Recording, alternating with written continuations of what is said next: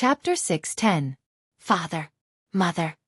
In the Yong Imperial Palace, Princess Linglong threw herself into the arms of a graceful and noble woman, tears streaming down her cheeks.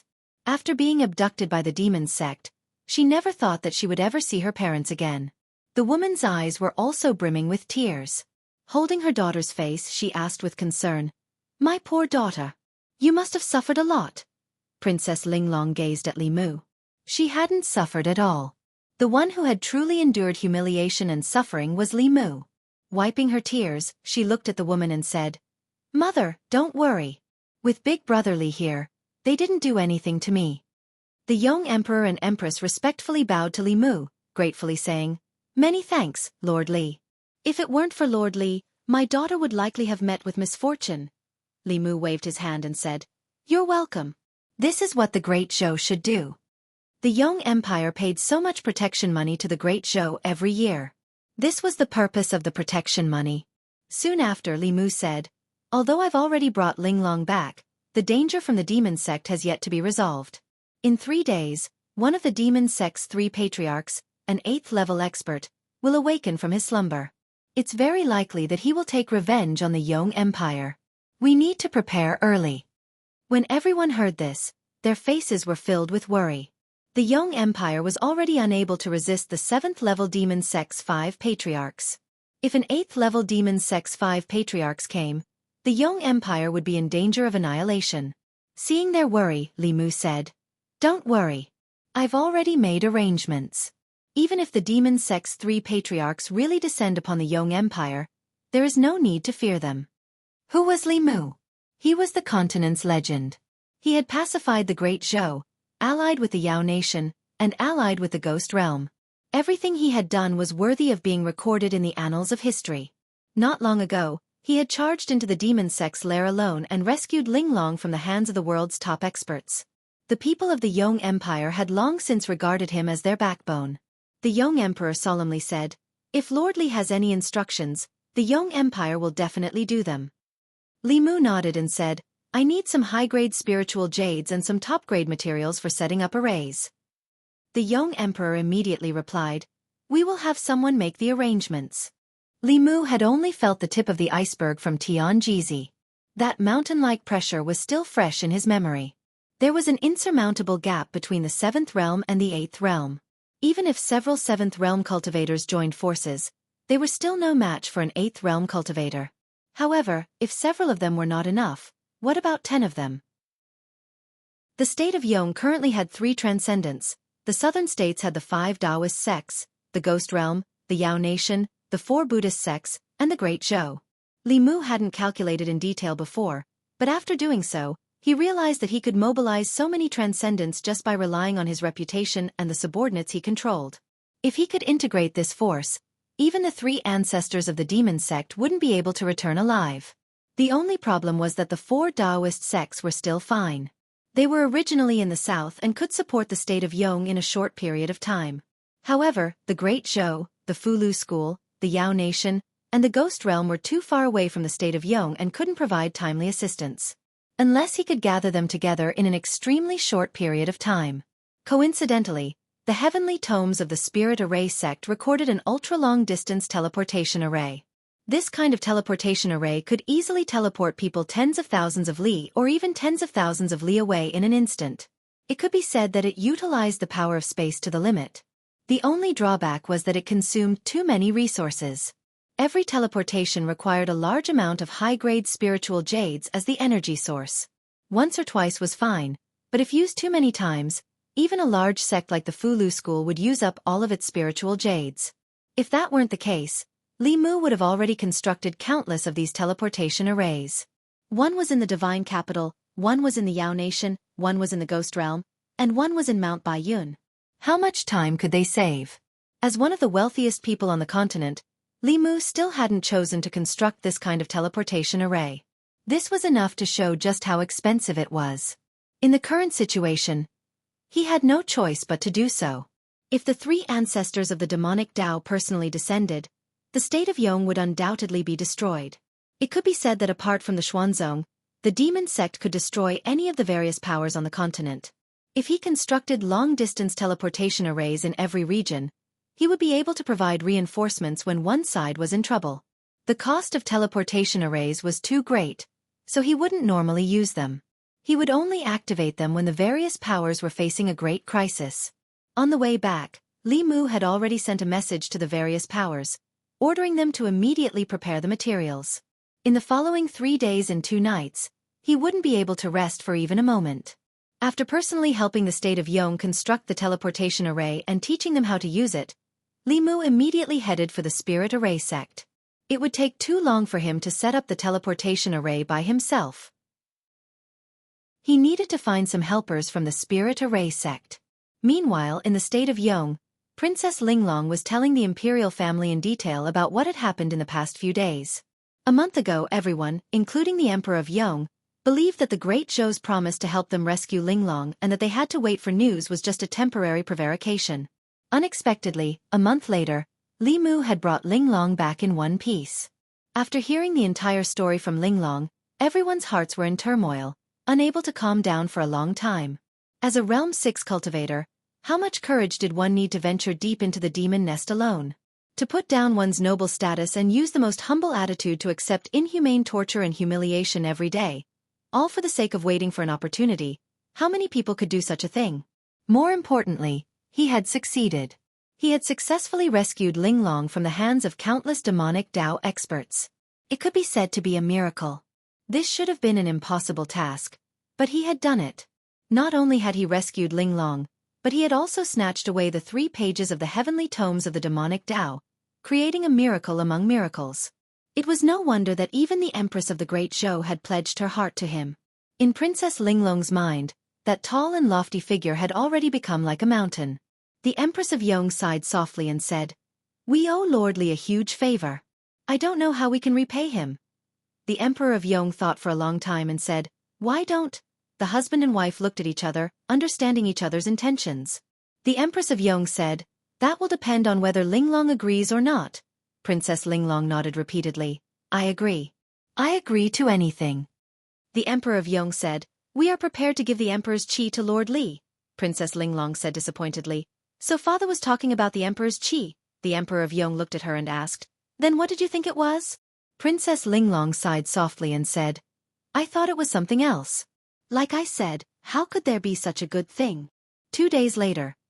In these 2 days, Li Mu had traveled all over the Zhu continent's Shang continent, going back and forth to the Great Zhou, the Yao Nation, the Ghost Realm, and finally back to Yong. Although he was a little tired, he had at least finished setting up all the teleportation formations and no longer needed to be threatened by the demonic Dao's 3 ancestors. Although he had spent an immeasurable amount of resources, the effects were obvious. The ultra-long-distance teleportation formations were the foundation of the various factions' mutual support. Henceforth, when the various factions encountered a crisis, they would no longer have to fight alone. They would be able to gather their peak forces at the first moment. Similar incidents like the heavenly tomes of Yong being stolen would never happen again. In the evening, the Yong imperial family held a grand banquet in his honor. After the banquet, the Emperor of Yong cupped his hands and bowed to Li Mu, saying, "Lord Li has worked hard." Li Mu waved his hand and said, "As long as all parties can work together to resist the demonic Dao in the future, a bit of hard work is nothing." The Emperor of Yong continued, "Lord Li has done a great favor for Yong. We have discussed it with our fellow clansmen and wish to give Lord Li a gift. Please accept it." Li Mu waved his hand again and said, "Yong has paid tribute to Great Zhou, and Great Zhou has protected you. This official does not need any gifts." The Emperor of Yong persisted, "If it weren't for Lord Li, Yong would have faced destruction. As the Emperor, we ought to thank Lord Li heavily. As her father, Lord Li has saved my daughter. Please give me a chance to repay you." Since the Emperor of Yong was so insistent, Li Mu found it difficult to refuse. He said, "Since that is the case, I will accept deferentially." The Emperor of Yong revealed a smile and said, "We have discussed it with the madam and have decided to give Linglong." Li Mu's complexion changed greatly, and he hastily said, "You can't. You absolutely can't. One didn't necessarily need to repay a life-saving favor with one's body. Xiao Bai was still lining up, so how could Linglong have a turn? Moreover, her name wasn't in the Empress booklet." The Emperor of Yong simply didn't know that he was biting the hand that fed him. At this moment, the Emperor of Yong continued, I will give Linglong's strand of Imperial Qi to Lord Li. Please accept it. Li Mu stared blankly for a moment before asking, So you were talking about Imperial Qi? The Emperor of Yong nodded and said, Half a year ago, Yong's ancestral shrine condensed another strand of Imperial Qi. Originally, it was to wait for Linglong to advance to the 6th level before allowing her to refine it. What did Lord Li think it was? Li Mu coughed softly, his complexion returning to normal. He changed the topic and said, No. This gift is too valuable. I cannot accept it. However, the Yong Emperor persisted. We have provoked such a powerful enemy. Even if Yong had another 7th level expert, it would be useless. Linglong has already agreed to this matter. Lord Li, please don't refuse. The Great Zhou hadn't condensed a single strand of Imperial Qi for 50 years. The two factions had argued for several years over who should possess the Imperial Qi. This gift could no longer be described as valuable. Li Mu continued to refuse. No, I truly cannot accept this gift. The Yong Emperor thought for a moment before asking, Does Lord Li mean that you want us to betroth Linglong to you? Li Mu flatly said, How is that possible? Am I that kind of person? Hearing this, the Yong Emperor fell into deep thought. Li Mu thought for a moment. He had too many beauties by his side. In the eyes of those who didn't understand him, he really did seem like that kind of person. To prove that he really wasn't that kind of person, Li Mu could say, In that case, it would be impolite for this official to refuse that strand of Imperial Qi. Chapter 6:11. In the Yong Ancestral Shrine, a golden dragon made of telekinesis coiled around a huge stone pillar. Compared to the golden dragon that Li Mu saw in the Great Zhou Ancestral Shrine, this dragon was slightly larger, but not by much. It probably wouldn't be long before the Great Zhou's imperial aura matured. It had to be said that the Yong Kingdom's ability to rule a country and win the hearts of the people was unique. Its territory was only a tenth of the Great Zhou's, and its population was far less than the Great Zhou's. However, the speed at which it condensed imperial aura far surpassed the Great Zhou's. Li Mu couldn't help but be curious about the strategy recorded in the Yong Kingdom's Heavenly Tome. Unfortunately, the Heavenly Tome was still in the hands of the demon sect. Knowing that Linglong had already comprehended the Heavenly Tome, Xianming didn't give it to her. Therefore, it was a 1-for-3 exchange. The demon sect had stolen 1 page of the Heavenly Tome from Yong, while Li Mu had stolen 3 pages from the demon sect. No matter how one looked at it, Li Mu didn't lose out. This time, the demon sect had been bullied by Li Mu. If they had 10 pages of the Heavenly Tome, they could only obtain 1 page every 1,000 years. Li Mu had wasted 3,000 years of effort in a single month. When the 3 ancestors woke up from their tribulations and learned of this news, who knew how they would feel? From today onwards, all the factions related to Li Mu were on high alert. As soon as the transmission formation lit up, they would teleport to Yong without hesitation. Li Mu waited in the palace that the Yong imperial clan had arranged for him. Princess Linglong walked in from outside and said, Big brother Li, aren't you bored staying here? Why don't I take you to the palace? After all, this was his first time facing the might of an 8th realm expert. In order to wait for the arrival of the demon sect's 3 ancestors, Li Mu's nerves had been stretched taut. Hearing this, he didn't refuse and strolled around the Yong imperial palace with Princess Linglong. The two strolled around the imperial gardens before arriving at the front hall of the imperial palace. Coincidentally, it was noon at the moment. The officials of the various yamen left the yamen and headed to the food and beverage department for lunch. When they saw the 2 of them, they all stopped in their tracks and bowed. Greetings, Princess Linglong. Princess Linglong smiled and said, Thank you all for your hard work, please go and have your meal. The officials cupped their hands and took their leave. One of them walked a few steps and looked back at Li Mu. After a moment of confusion, he suddenly exclaimed, Could this be Lord Li Mu? As soon as he said this, all the officials turned their heads and immediately caused a commotion. What? Lord Li, where is Lord Li? I've heard that Lord Li rescued the princess from the demon sect and is currently in our Yong. Could this person be? Facing the excited Yong officials, Li Mu cupped his fists and said, Nice to meet you, nice to meet you. As soon as Li Mu's voice fell, the atmosphere in the field immediately boiled. I've long heard of Lord Li's great name.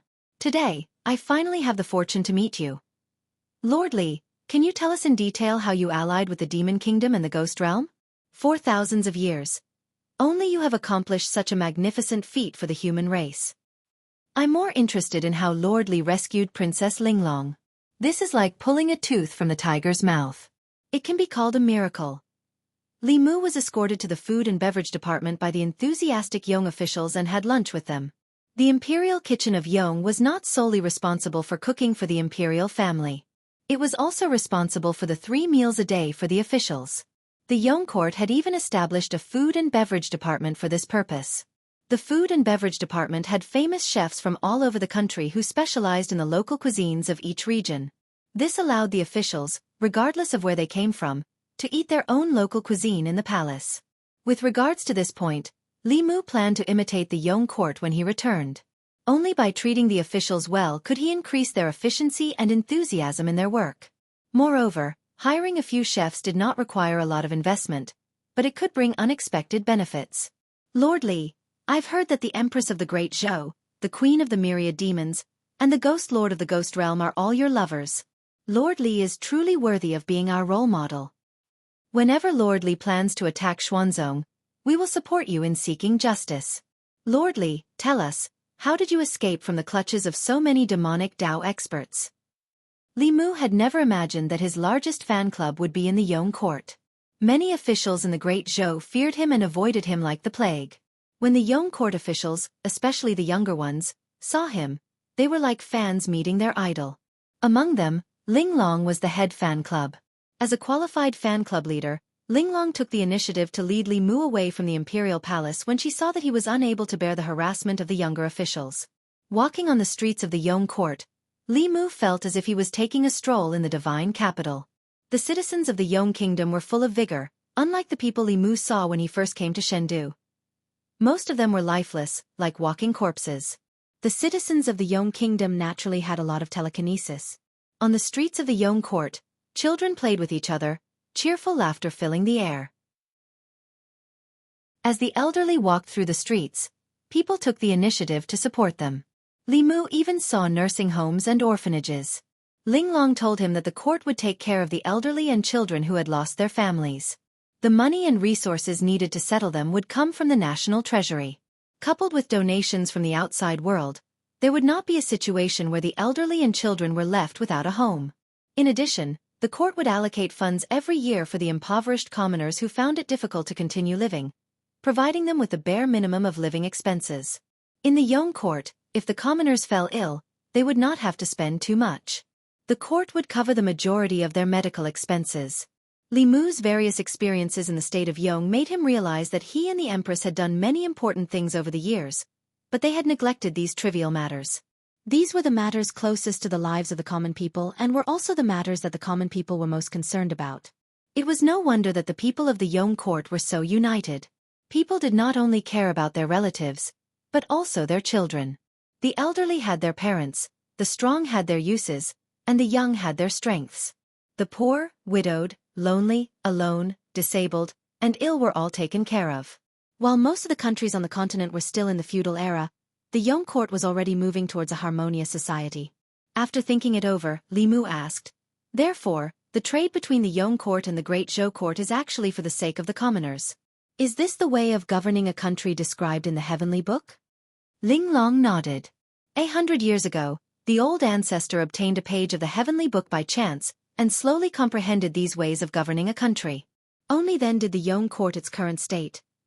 A single page of the Heavenly Book was enough to pass down a top-notch sect. The Yong court had 3 transcendents and several Dongxian experts. In fact, they were not inferior to the Taoist sections. It was not an exaggeration to view them as a sect disguised as a government. If the news of the Heavenly Book had not been leaked, the Yong court would have relied on the willpower of tens of millions of citizens to grow into one of the top powers on the continent in a few decades or 100 years. After all, in terms of willpower, the Great Zhou could not compare to the Yong court. Accompanied by Linglong, Li Mu toured the Yong court for a day. Many insights emerged in his mind. Aside from the dark clouds of the demonic Dao that still shrouded the continent, the Great Zhou's internal and external troubles had basically been quelled. It was time to consider improving the welfare of the commoners and better gather the willpower of the people. The Great Zhou's commoners outnumbered the Yong court by more than 10 times. If their average willpower was at the Yong court's level, wouldn't they be able to condense a strand of imperial aura every year? Of course, the difficulty of governing such a large country was incomparable to that of the Yong court. However, if some changes were made to the commoners, the speed at which imperial aura was condensed would increase several-fold. When night fell, Li Mu and Linglong returned to the imperial palace. The various regions of the Yong court were still peaceful. Li Mu was somewhat puzzled.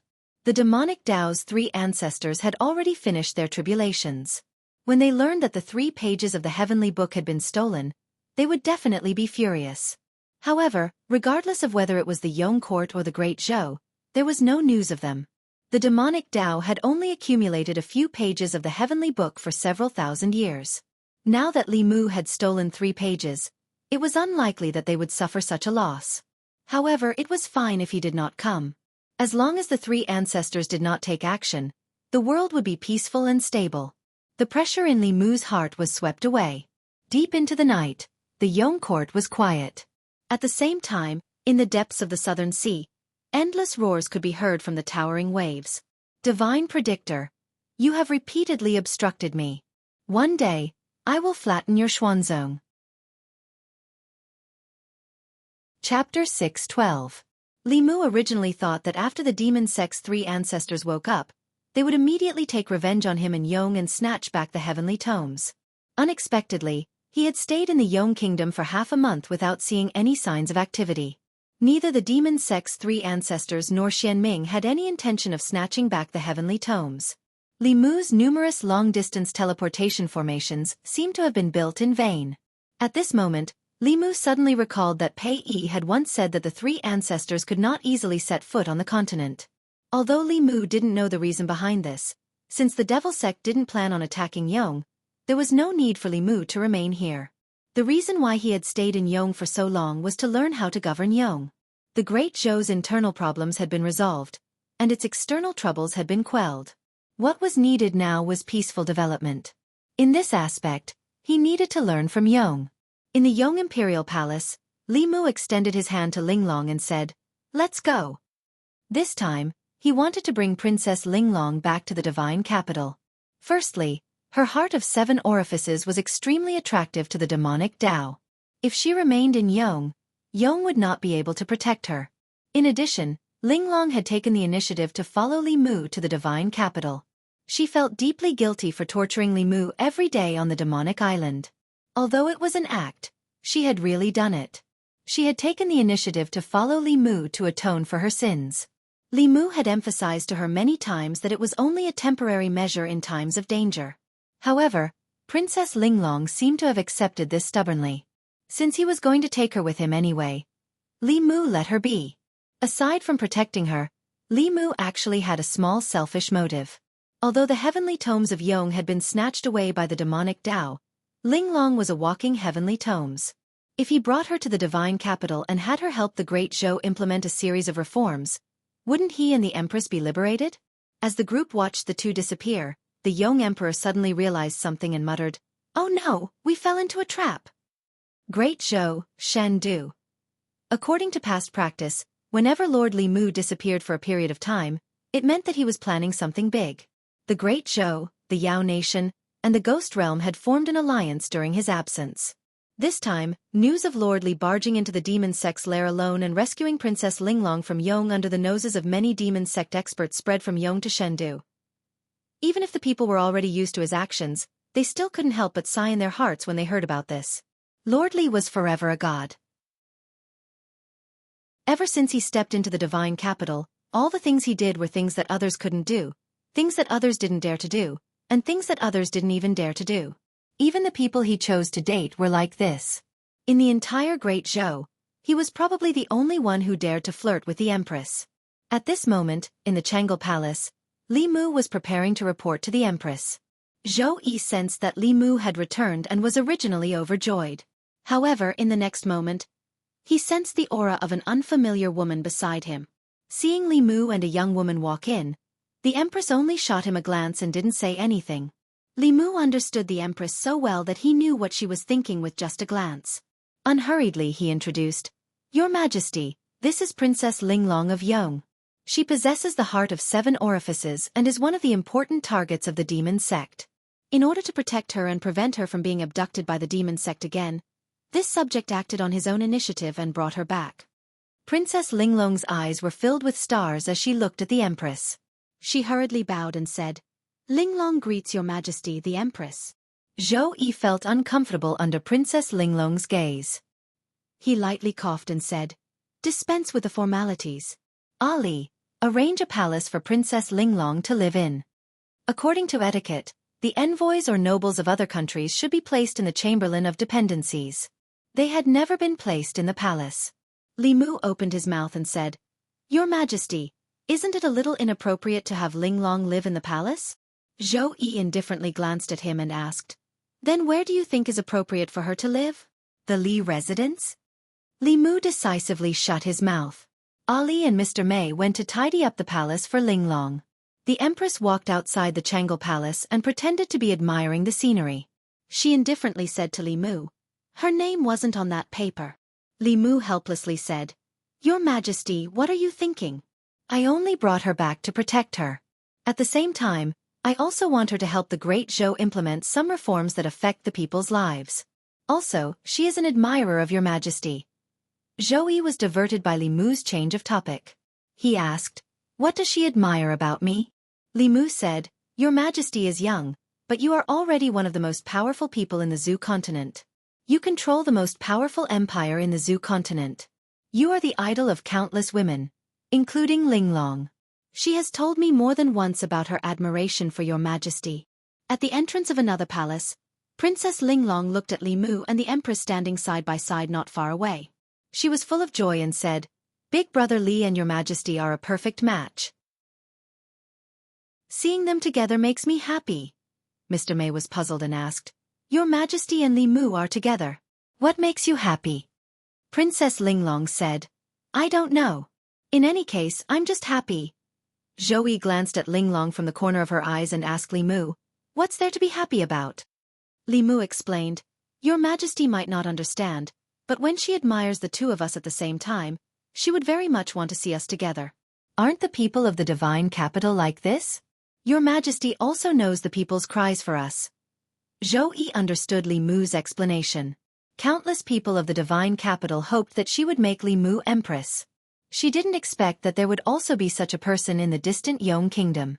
At this moment, Zhou Qiong suddenly didn't care so much about the fact that Li Mu had brought back a beautiful woman.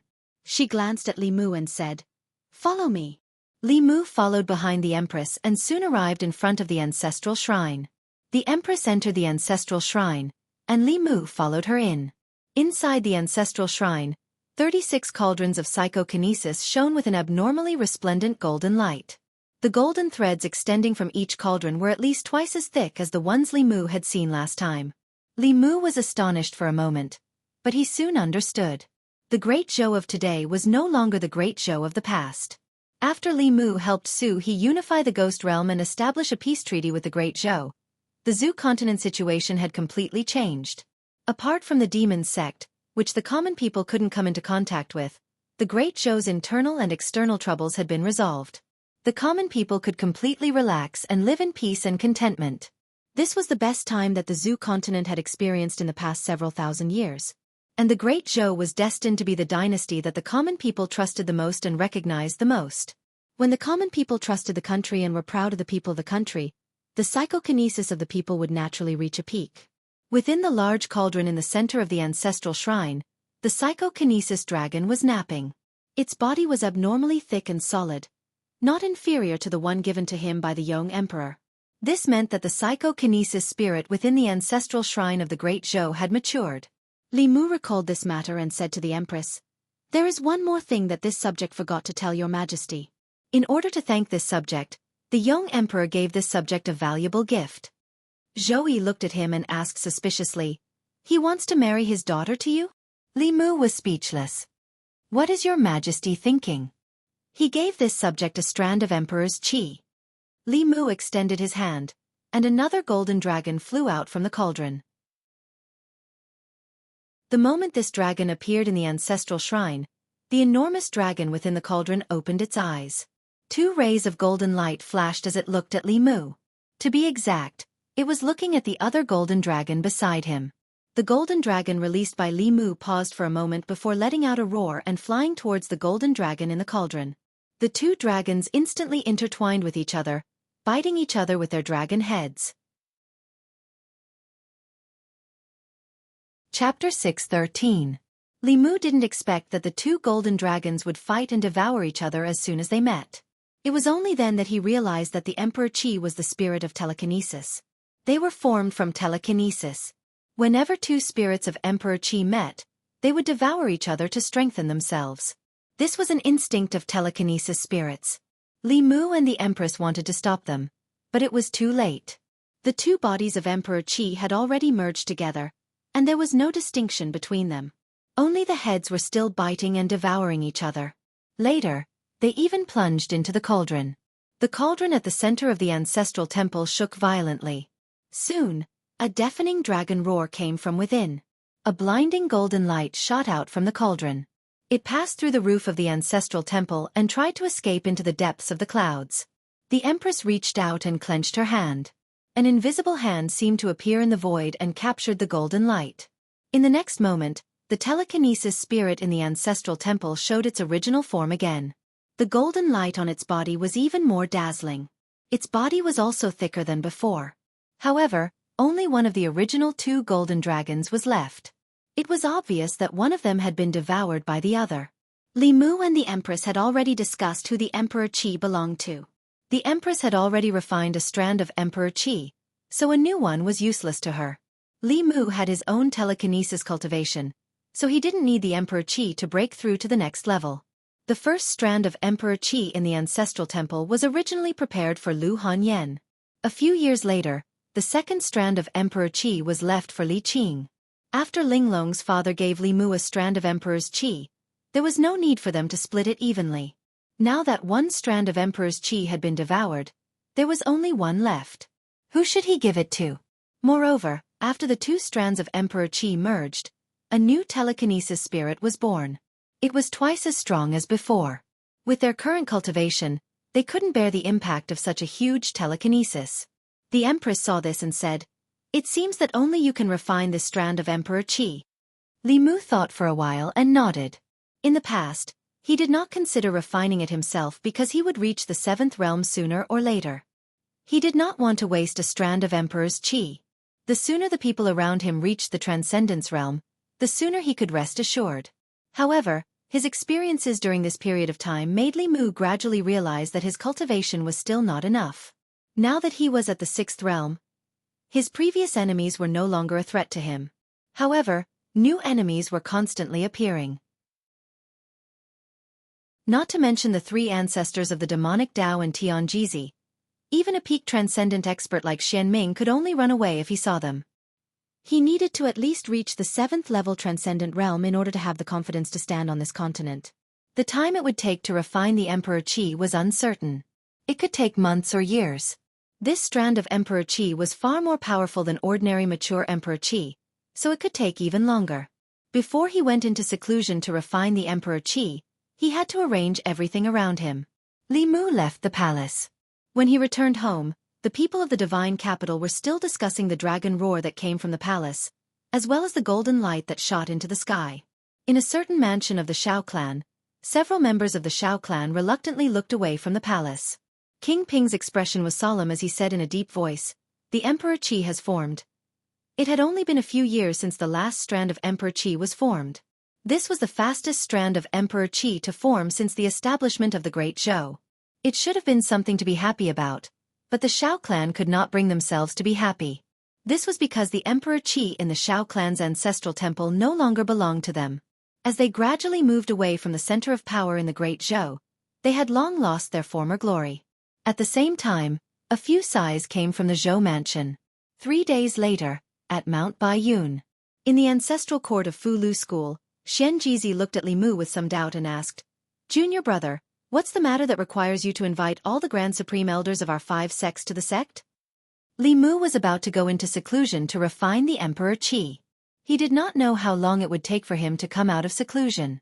Before he went into seclusion, there was still an important matter to take care of. The two Grand Supreme Elders of Fu Lu School were nearing the end of their lifespans. The Grand Supreme Elders of the other 4 sects were not much better off than them.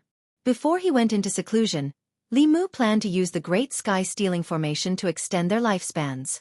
Although they might not be able to reach the 8th level, as long as they were alive, there would be endless possibilities. Spirit Array Sect.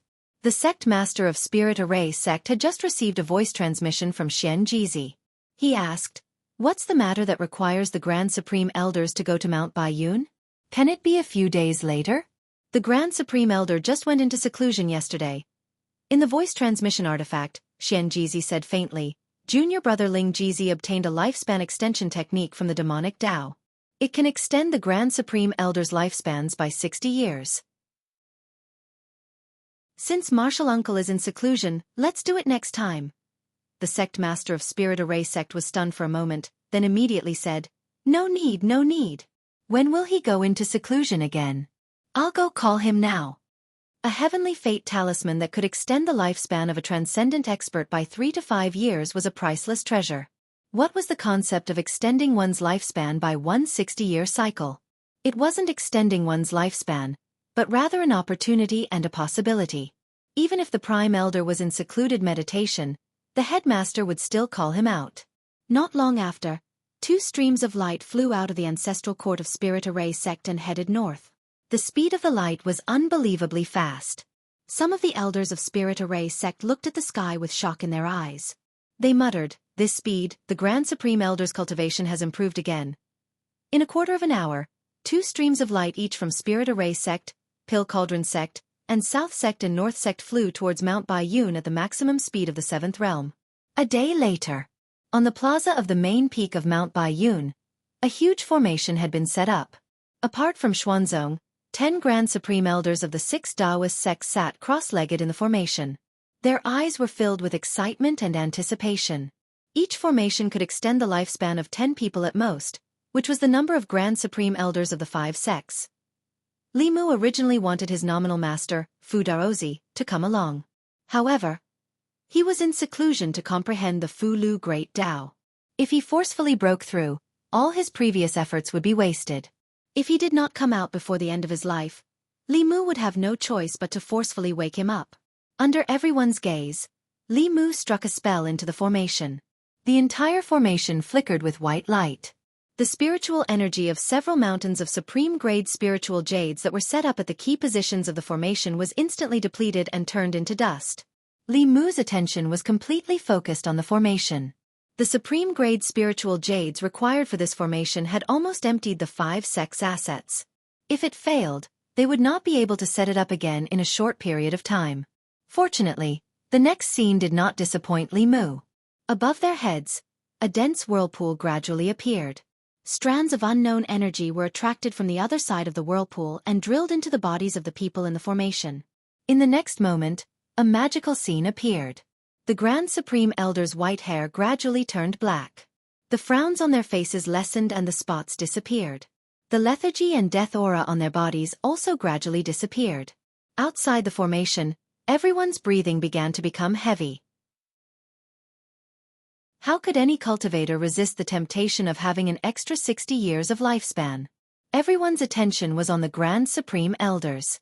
Only Li Mu's gaze was fixed on the slowly disappearing spatial vortex in the void. The energy that allowed the Grand Supreme Elders to reverse time was something he had never seen in the real world. It was like spiritual energy, but much purer than spiritual energy. Moreover, no matter how pure the spiritual energy was, it did not have the effect of reversing time. Energy would not appear for no reason. Where did this mysterious energy come from? There had been demonic cultivators who had tried to find the answer to this question. Without exception, they had all died on the way. This vortex seemed calm, but it contained an endless and violent spatial power. Whether it was the physical body or the primordial spirit, once touched, it would immediately be crushed and devoured. Not even a trace of residue would be left. Not long after, the spiritual energy was exhausted. The spatial vortex above the formation slowly dissipated. The void returned to calmness as if nothing had happened. However, the 10 Grand Supreme Elders sitting cross-legged in the square had undergone a great change. Although they had not recovered to their prime, They were no longer old men with one foot in the grave. Most of the wrinkles on their faces had disappeared, and their hair had turned black. Their laughter, full of energy, echoed throughout the main peak. Chapter 6:14. Feeling the new vitality in their bodies, the two Grand Supreme Elders of Fu School felt extremely complicated. 2 years ago, they had a premonition that the end of their lives was near. They had planned to pass on their cultivation to the disciples of the school and make one last contribution to the school before they died, passing on their lifetime's cultivation and comprehension. If Li Mu had not advised them at that time, they would not be where they were today. At the same time, they felt pity for the ancestors of the school who had died because of the end of their lifespans. If Li Mu had been there at that time, they would not have had to sacrifice themselves. The two of them looked at Li Mu, their eyes filled with gratification. These old fellows had already been surpassed by the younger generation of the school. But this was a good thing. The future of Fu School rested on his shoulders. The other elders also looked at Li Mu, then cupped their hands together and said solemnly, "Many thanks, Martial Nephew." He had helped them extend their lifespans by 60 years. This was a debt that could not be repaid. In addition to the debt of deciphering the heavenly tomes, they had unknowingly owed Fu School so much. Li Mu smiled at the crowd and said, "We're all family. Martial uncles, there's no need to be so polite." Xianxia also smiled and said, "I've already had the disciples prepare a banquet in the main hall to congratulate martial uncles. Martial uncles, please come." After the banquet, the Grand Supreme Elders of the various sects did not leave. Instead, they stayed on Mount Baiyun and discussed the Tao with each other. Every few days, they would give lectures on the Tao at the various peaks. Any disciple of Fu School could go and listen according to their interests. Some cultivators who came to Mount Baiyun to buy Fu could also listen if they wanted to. Although Fu School also had experts in the Tao of pills, formations, artifact forging, and body refining, their attainments could not compare to the Grand Supreme Elders of the various sections. Originally, the top experts of the various sects would only give lectures during the Taoist conference. At that time, the various sects would at most send experts at the level of first seat. The Grand Supreme Elders of the various sects would personally give lectures. This was a treatment that even Xuanzong had never received. Unknowingly, Fulu School had replaced Xuanzong as the invisible leader of Taoism. Once the news of the Grand Supreme Elders of the various sects preaching at Mount Baiyun spread, countless cultivators flocked to Mount Baiyun. It was an unprecedented event. The news quickly spread to Xuanzong. Ever since Li Mu had caused a ruckus at the exchange meeting, Xuanzong's situation had deteriorated day by day. Great Zhou did not allow Xuanzong to open a training ground in the country. Without a training ground, it would be very difficult to recruit new disciples, and the sect would not have fresh blood flowing in. A huge market had been built outside of Luoyang. Because of its unique geographical advantage and the unconditional support of various sects, almost 90% of Xuanzong's business was taken away. A month ago, Xuanzong's market had been closed. Not only that, but in such a short time, Xuanzong had gone from being the #1 sect of Taoism that everyone envied to being hated by humans and demons. Now, not only the Yao Kingdom, but even the Ghost Realm had forbidden Xuanzong disciples from entering. Before offending Li Mu, no one had thought that things would turn out this way. No one had thought that he could make the Empress of Great Zhou, the Queen of Demons, and the Master of the Ghost Realm stand against Xuanzong. What did he rely on? Now, the Grand Supreme Elders of the various sects were preaching at Fulu School. This was tantamount to directly admitting that Fulu School was the true leader of Taoism. For the disciples of Xuanzong, this was something that was difficult to accept. In the past few days, many different voices had appeared within Xuanzong. More and more people were dissatisfied with Grand Supreme Elder Dao Qingzi's actions and demanded that Qing Qingzi be handed over to redeem Xuanzong's reputation. However, Grand Supreme Elder stubbornly insisted on having his own way. After severely punishing several elders who had opposed him, no one dared to bring up the matter again. On the surface, Mount Penglai appeared to be peaceful, but everyone knew that Xuanzong was no longer the Xuanzong of the past. In a Dao palace floating on the highest mountain peak, Dao Qingzi sat on the sect master's chair. Half of his hair was black and the other half was white. His entire person gave off an evil aura. The white-haired half of his face hesitated and said, "Let's hand over Qing Qingzi. This was our fault in the first place. the black-haired half of his face snorted coldly and said in a cold voice, "As long as Uncle Master is here, Xuanzong will still be the #1 sect in the world, even if the 5 sects join forces. When we step into the Tao integration stage, we will destroy the demon Tao and unite Taoism. That's not what I want." You never fight for what you want. Otherwise, the sect master's position would have been yours long ago. Listen to me from now on. Only I can lead Xuanzong to greatness again.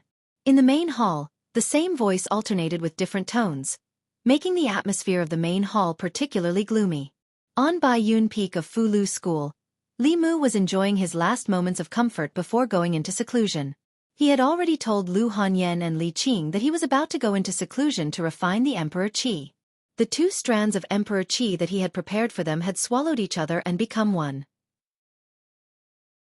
It was no longer something that they could withstand. After receiving Ao Qing's inheritance, Li Mu's body was comparable to that of a dragon. Other than the Empress, he was the only one who could withstand this strengthened version of Emperor Qi. With the Empress's current cultivation, unless she had more than 10 strands of Emperor's Qi, her cultivation would not improve much if she only refined 1 or 2 strands. In comparison, Li Mu needed it more. Li Mu didn't choose Baiyun Peak as the location for his seclusion. Instead, he chose Shandu. He had been running around these days and didn't have time to improve his relationship with the Empress. Now, he had to go into seclusion for a long time. In that case, it was best to go into seclusion near the Empress. If he made her unhappy, Li Mu would suffer. Bringing Lu Hanyan, Li Qing, Wan Wan, and Xiaobai back to Shandu, Li Mu accompanied them for a few more days. Then he was about to go into seclusion. On the last night before he went into seclusion, he once again enjoyed the blessings of having multiple partners. In the morning, both sides were filled with warmth and fragrance. Lu Hanyan gently drew circles on his chest and asked, "How long will it take this time?" Li Mu thought for a moment and said, "Within a year." When the Empress refined the Emperor Qi, she took half a year. Phantom Princess had also been in seclusion for several months. They had only refined a normal strand of Emperor Qi. Li Mu's strengthened version of Emperor Qi should take longer to refine. In the Li residence, when the sun rose to the middle of the sky, Li Mu walked out of his room. He walked into the courtyard and touched Wan Wan and Xiaobai's heads. He said, "Cultivate well and wait for me at home." After hugging them gently, Li Mu left the house and walked into the palace. The Empress was already waiting for him in Chang'e Palace. Li Mu gave the Dao Bell and Sun shooting bow to the Empress and said, "Just in case, take these 2 magic treasures." Although her cultivation hadn't reached the 8th realm, she had the strongest defense and attack magic treasures. Even if the 3 patriarchs of the demonic way came, they couldn't do anything to her. He would be in seclusion in the underground palace behind Chang'e Palace. That was where the Empress usually cultivated. Li Mu looked at the Empress and said, "I'll go now." Zhou nodded and said, "Go." Li Mu turned around.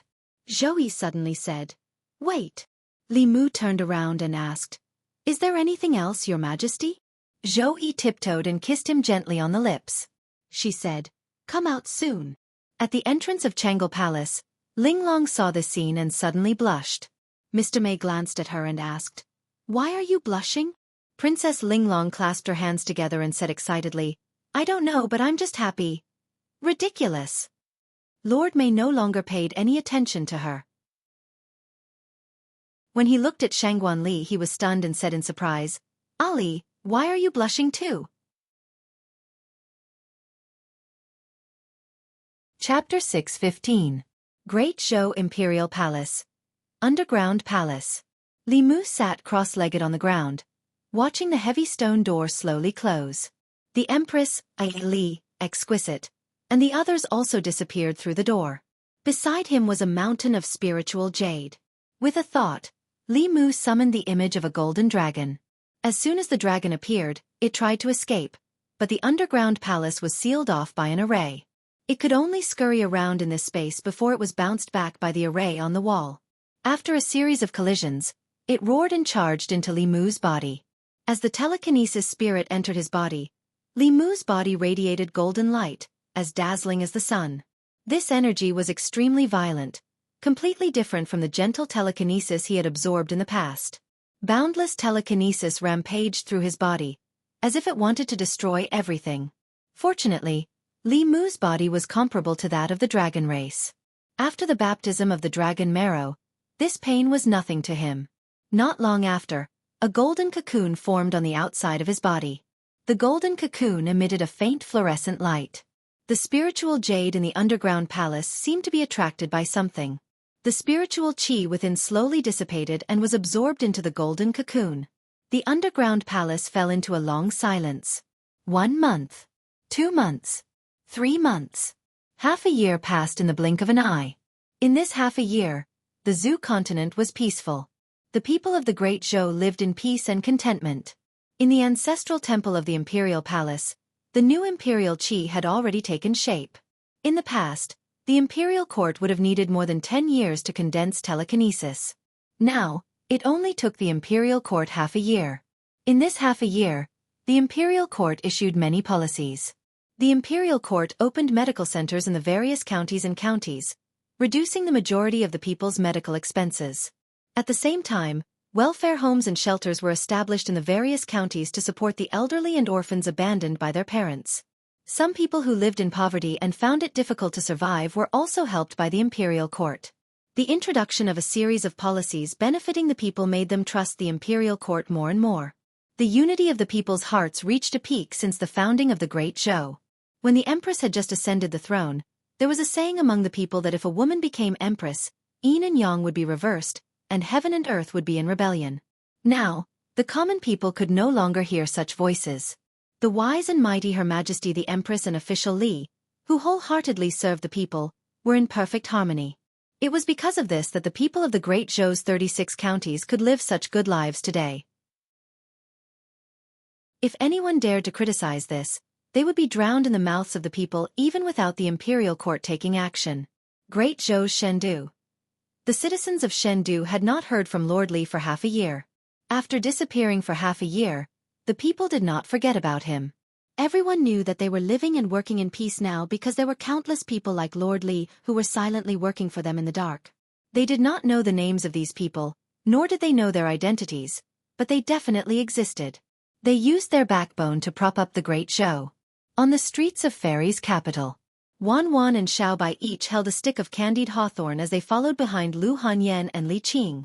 Wan Wan licked the icing on the surface and muttered, "Young master has been in seclusion for half a year. When will he come out?" Xiao Bai gently took a bite of the hawthorn and said, "Benefactor said that he will only come out in about a year." Wan Wan sighed and said, "Then Miss will have to think about him for another half a year." Lu Hanyan turned her head and glanced at her saying, "I didn't. It was clearly you who was thinking about him." Wan Wan said, "Then who was the one who called out young master's name in her dream last night and even touched and kissed me?" Lu Hanyan glanced at Li Qing beside her and blushed. She quickly covered Wan Wan's mouth and transmitted her voice. "That was your dream." Wan Wan's mouth was covered by Lu Hanyan. Xiao Bai hurriedly continued to eat her candied hawthorn. In her heart, she felt that it was nothing to dream about Benefactor. She also dreamed about Benefactor many times. Sometimes when she slept with Wan Wan, she would also think of Wan Wan as him. However, she would at most hug and not touch and kiss. Walking on the streets of Chengdu, the girls suddenly lost the mood to shop and looked in the direction of the imperial palace at the same time. At this time, in Chang'e Palace, Zhongling was running around barefooted and playing with Xianxia. Princess Linglong was sitting where Li Mu was originally sitting. She replaced the empress and focused on reading the memorials. Zhou Yi leaned on the dragon throne, her eyes lost. No one knew what she was thinking. Shangguanli stood behind her, her eyes also unfocused. Mr. Mei stood behind Zhou Yi on the other side. He was bored and mumbled, "It's been half a year. I wonder when Li Mu will come out of seclusion." Without Li Mu, the imperial palace was extremely quiet. In this half a year, the empress and Ali's smiles had decreased. She also felt that everything was boring. The atmosphere in Chang'e Palace was quiet and cold. Until a certain moment, a powerful aura suddenly appeared and rushed into the sky from underground. At this moment, Zhou Yi looked up. A long-lost smile finally appeared on her face. At the same time, all the people in Chengdu felt their hearts suddenly palpitating. All the cultivators, no matter what they were doing, looked up immediately with shock. What a powerful aura! It seems like someone broke through. It's the aura of a breakthrough. Such a powerful aura. Is it a breakthrough to the 6th or 7th level? The aura coming from the Imperial Palace shook Shendu. The deans of the 4 academies also felt this aura immediately. 4 streaks of light flew into the sky and gathered together. An old man asked, "It's him?" Another middle-aged man said, "It's him." A middle-aged scholar said, "Other than him, who else could it be?" The 4 of them were familiar with this aura. When the Empress refined the Emperor aura and broke through, they had already seen it once. The difference was that this aura was even stronger than the Empress back then. Although most people didn't know, it wasn't a secret to them that the Empress had given the mature Emperor aura in the ancestral temple to Li Mu. As the deans of the 4 academies, one of their responsibilities was to protect the Emperor aura from outsiders. Logically speaking, even if the Empress didn't return the Emperor aura to the Shao family, she should have passed it to the Great Zhou ancestral temple. However, when the Empress gave the Emperor aura to Li Mu, they didn't stop her. Firstly, the Great Zhou was where it was today because of the Empress and Li Mu. This Emperor aura was also nurtured and condensed by them. They had the right to decide what to do with it. Secondly, the Empress's strength had soared in the past 2 years. Even if the deans of the 4 academies worked together, they were still no match for her. Whether it was power or strength, she stood at the peak of the Great Zhou. Although Li Mu was a subject, he was only 1 title away from the Empress. It was indisputable that he had inherited the Emperor aura. The 4 of them looked at each other and flew to the Imperial Palace to congratulate her. The 4 deans were of noble status. They didn't need to announce their entry to the Imperial Palace. As soon as they entered Chang'e Palace, they saw 2 figures hugging each other tightly. In an instant, their expressions became awkward. Although there were some things that everyone was well aware of, it was the first time they had seen it with their own eyes. When Zhou Qiong and Li Mu hugged each other, they were facing the door of the hall. Zhou Qiong raised her head and frowned. The 4 deans' hearts skipped a beat and they immediately retreated. Not long after, the Empress's voice came from inside the palace. "Come in." The 4 of them walked into Chang'e Palace again and saw the Empress sitting majestically on the dragon throne. A young figure stood in the palace. The 4 deans clasped their hands awkwardly and said, "Congratulations, Lord Li. Congratulations, Your Majesty." Chapter 616. In the past, the 4 academies could suppress the imperial power. Now, the 4 deans could only lower their heads before Li Mu and the Empress. The Empress Cultivation had reached the peak of transcendence. If she really fought, she wouldn't be weaker than Xian Ming. 1 strand of Emperor Qi could make a 5th realm cultivator reach the 7th realm. 2 strands of Emperor Qi not only allowed Li Mu to transcendence, but his spiritual power was also far stronger than normal 7th realm cultivators. Now if he met Xianming again, Li Mu could fight her without the sun shooting bow. The 4 deans were quickly sent away by the Empress. After not seeing each other for half a year, Zhou wanted to find a quiet place to spend some time with Li Mu. However, she also knew that Li Mu didn't belong to her alone. She pretended not to care and said, "They should know that you're out. Go back first." Li Mu transmitted his voice. "Then I'll come find you later." Zhou nodded and said, "I'll wait for you here." The 7th realm's divine telekinesis was enormous. Li Mu's divine telekinesis scanned the area and found several familiar auras on the streets of the divine capital. He formed a seal with 1 hand and appeared on the streets of the divine capital with just a thought. "Master! Savior!" Wan and Xiao Bai saw the figure that they'd been dreaming of for a long time suddenly appear beside them. However, they seemed to remember something and stopped in the air. They stood beside Li Qing and Lu Hanyan. Li Mu stepped forward and hugged them. He said softly, "Sorry for making you wait." A moment later, the family returned to the residence.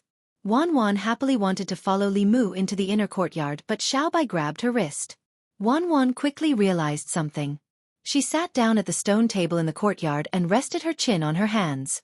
She mumbled, "Xiao Bai, when do you think Master will realize that we've grown up?" Xiao Bai giggled and said, "I'm not in a hurry. I'll be Savior's person sooner or later anyway."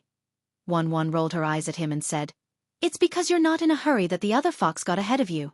You're such a disgrace to the little fox. You should be more careful in the future." After the wedding, this was the first time Li Mu had been separated from them for so long. Absence makes the heart grow fonder.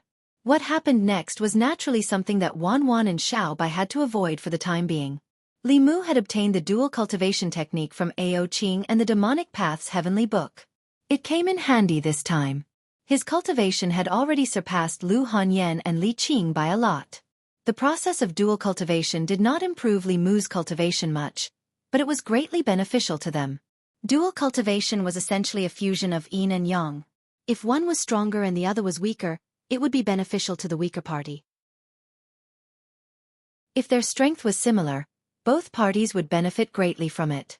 When he and the Empress reached that stage, perhaps the opportunity for them to reach the 8th level would lie in dual cultivation. Although the 8th level was not the end of cultivation, it was far too difficult to reach the 8th level in today's world where spirit qi was so scarce. The path of advancement through normal cultivation had almost been blocked, and there were no shortcuts like Emperor Qi to take. It could be considered the ceiling of all cultivators. Dual cultivation was different from the matter between men and women. They had to guide yin and yang qi to circulate in their bodies at all times, which was extremely taxing on their divine senses. In less than 4 hours, the two women's divine senses were exhausted and they fell into a deep sleep. Li Mu's divine sense was much stronger than theirs, so he did not feel much fatigue. No wonder Ao Qing had been merciful all those years ago. He majored in dual cultivation. 2 companions could not satisfy him at all, nor could they support his cultivation. After covering them with blankets, Li Mu's figure appeared in Changle Palace not long after. Mr. Mei, Ali, Cheng Xian, Ling Long, and even Zhong Ling were not here. Only the Empress sat on the dragon throne, absent-mindedly reading a book. The moment Li Mu appeared in the palace, a smile appeared at the corner of her mouth. Li Mu took a step and was already by her side. Holding her slender waist, he bent down and kissed her. This was his first forceful kiss to the Empress. Before Li Mu went into seclusion, other than the Empress taking the initiative to kiss him, Li Mu almost never had the chance to kiss her. The main reason was that she was too strong. Li Mu could be forcefully kissed, but it was impossible for him to forcefully kiss her. Now, Li Mu was finally at the same level as her. The situation of women being stronger than men was finally going to change. He had waited for this day for a long time. Zhou Yi immediately understood Li Mu's thoughts. She reached out 2 fingers and pressed them against Li Mu's lips. Snorting, she said, "You think you can suppress me just because you're at the 7th level?" Having been seen through, Li Mu said guiltily, "I didn't mean that." Zhou Yi stood up and said, "Good. I also want to know how much you've improved in the past 6 months. Li Mu rubbed his hands and said eagerly, "That's not good." The strength of the Empress had once caused him to dream that their identities had been reversed. If he could really defeat the Empress, the shameful history of him lying in the Empress's arms in his dreams would completely become a thing of the past. Not long after, in the 9 heaven squall above the divine capital, 2 indistinguishable figures were entangled in the 9 heaven squall. The light of spells blossomed into brilliant fireworks in the sky. However, it was daytime now, so the commoners couldn't detect it. The cultivators with high cultivation in the divine capital could feel the waves of mana coming from above. Some people flew up to investigate curiously, but when they got close to the 9 heaven squall, they flew back down dejectedly. The 9 heaven squall above could not only destroy the physical body, but also injure the primordial spirit. It was a forbidden area for cultivators. Those who could fight in the 9 heaven squall were all elites among elites. Just the aftershocks of a battle of that level could destroy their bodies and souls.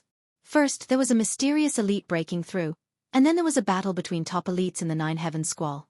This aroused endless suspicion in the hearts of the cultivators in the divine capital. At this moment, above the divine capital, on a white cloud, Li Mu was pinned down by the Empress. All his mana was sealed. He could only beg for mercy. "Your Majesty, I admit defeat. I admit defeat." Reality proved that after breaking through to the 7th realm, Li Mu was still overconfident. Relying on his many Taoist techniques and rich battle experience, he even dared to fight the 5 patriarchs of the demonic way. Then, he was taught a lesson by the Empress. There was no distinction between him and the Empress.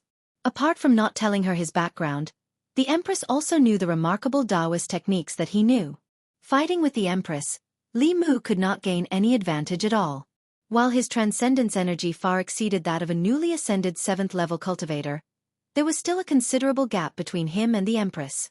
From the very beginning, he had been firmly suppressed by the Empress. Now, even his body was being pressed beneath her. Facing the Empress, he could not take out the sun-shooting bow, so he could only admit defeat. Zhou looked down at him and said indifferently, "If you want to suppress me, wait until your cultivation surpasses mine." With that, she leaned down and kissed him domineeringly. Walking on the streets of the divine capital, Li Mu sighed softly. That dream of his would probably last for a while longer. The Empress was different from others. She was a woman and also an Empress.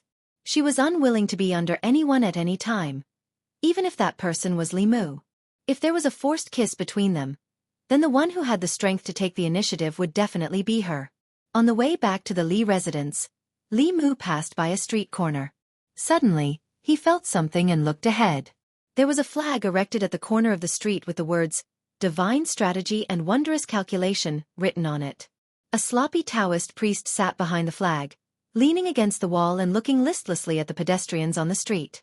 Compared to when he first met the sloppy Taoist priest, the current him was filled with a thick aura of lethargy.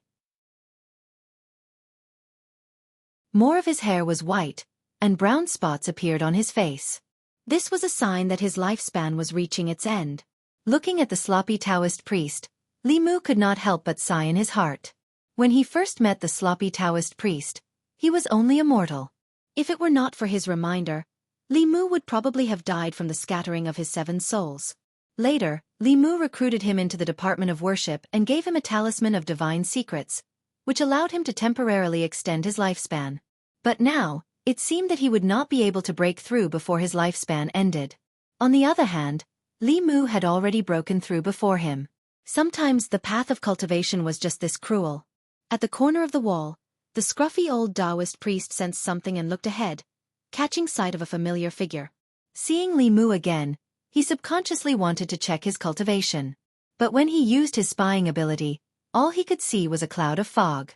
Shocked, he even jumped up from the ground and said with a trembling voice, You.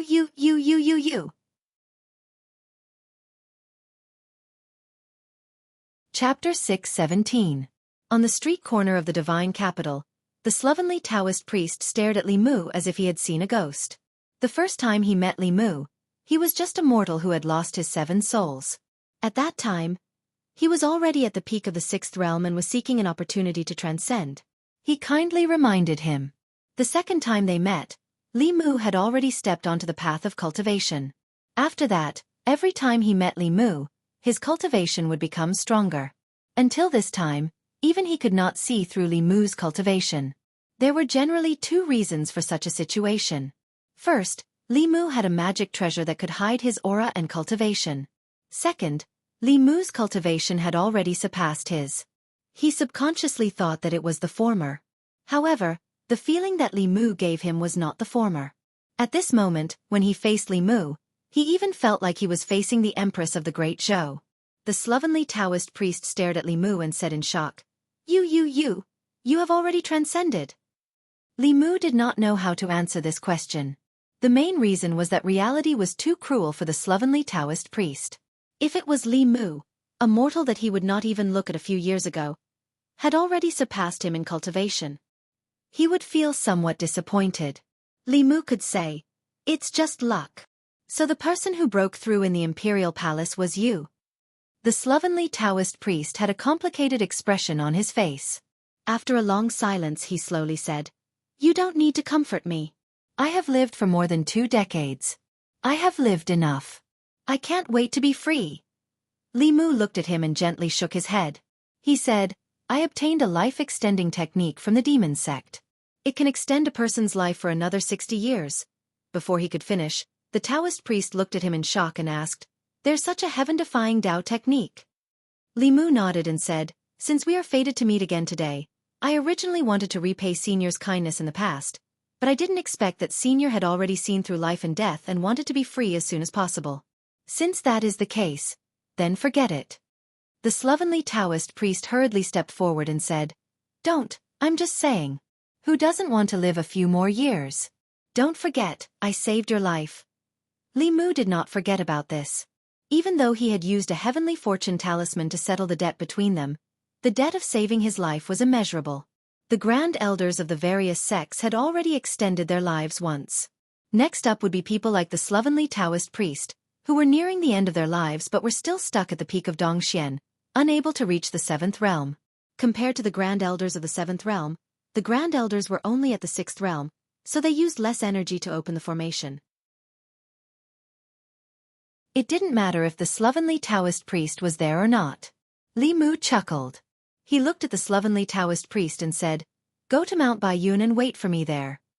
Watching Li Mu leave, the slovenly Taoist priest stroked his snow-white beard. Several years ago, when he was comprehending the Great Tao on the streets of Xianxia County, he had never imagined that his impulsive reminder would be rewarded so richly today. In the past, he had helped Li Mu. Today, Li Mu had helped him. The cycle of karma was wondrous. Half a month later, Li Mu temporarily bid farewell to the Empress. He brought Lu Hanyan and Li Qing back to Mount Baiyun. At this time, the slovenly Taoist priest had already become a guest elder of the Fulu school. According to Xianxia, he had asked for it. The slovenly Taoist priest's strength was only below the 7th realm of the sect.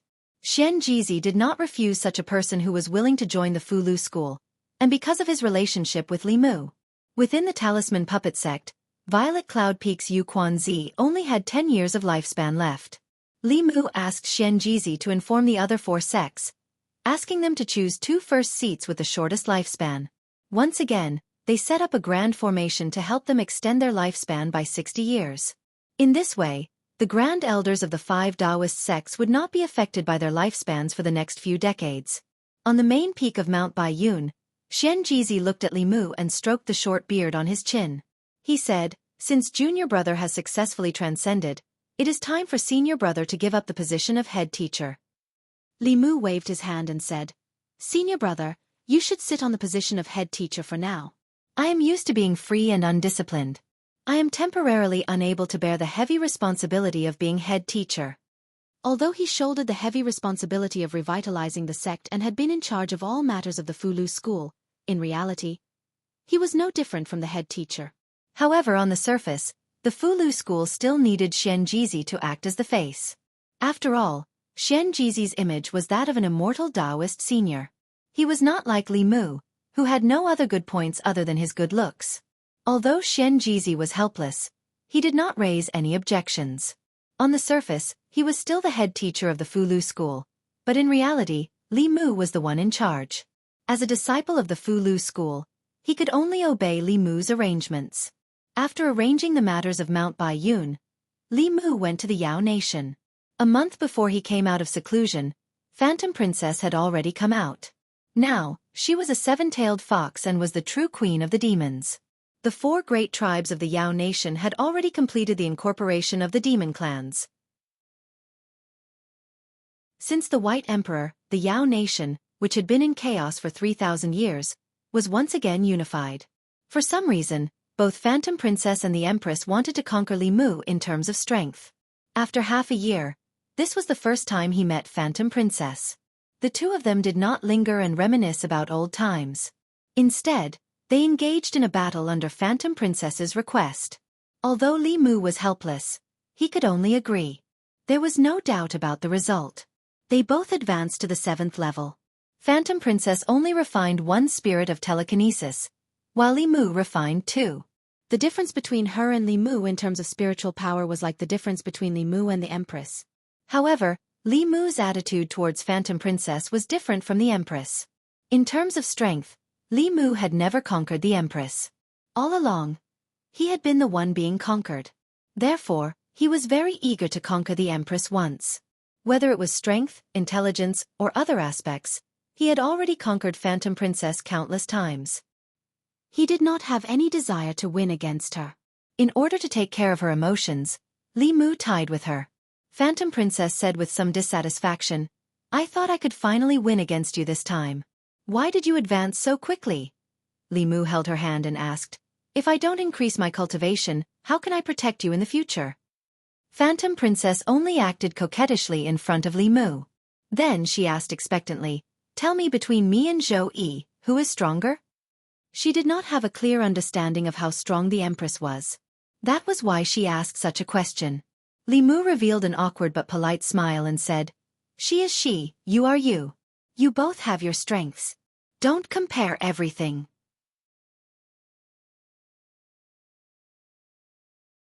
Chapter 6:18. Li Mu had only stayed in the Yao nation for 3 days. Although the Queen of Demons was fragrant, the master of the ghost realm was not to be trifled with. If Su He knew that Li Mu had come out of seclusion but had not gone to find her, and was instead fooling around with Phantom Princess in the Yao nation, things would get serious. The more beauties around him, the more Li Mu wanted to be impartial. He could not let anyone feel that he was neglected. The ghost realm was shrouded in that strange fog and could not send messages directly. Unlike Phantom Princess and the Empress, who could contact Li Mu at any time, she still did not know that Li Mu had come out of seclusion. After leaving the Yao nation, Li Mu headed southwest. Fengdu City, which originally belonged to the Rakshasa king, was now the ghost capital of the ghost realm. It was the closest to the Great Zhou, and the space there was the most stable. The teleportation formation of the ghost realm was built 200 miles outside of Fengdu City. Li Mu had wanted to build it directly in Fengdu City, but the space of the ghost realm had been shattered after the ancient war.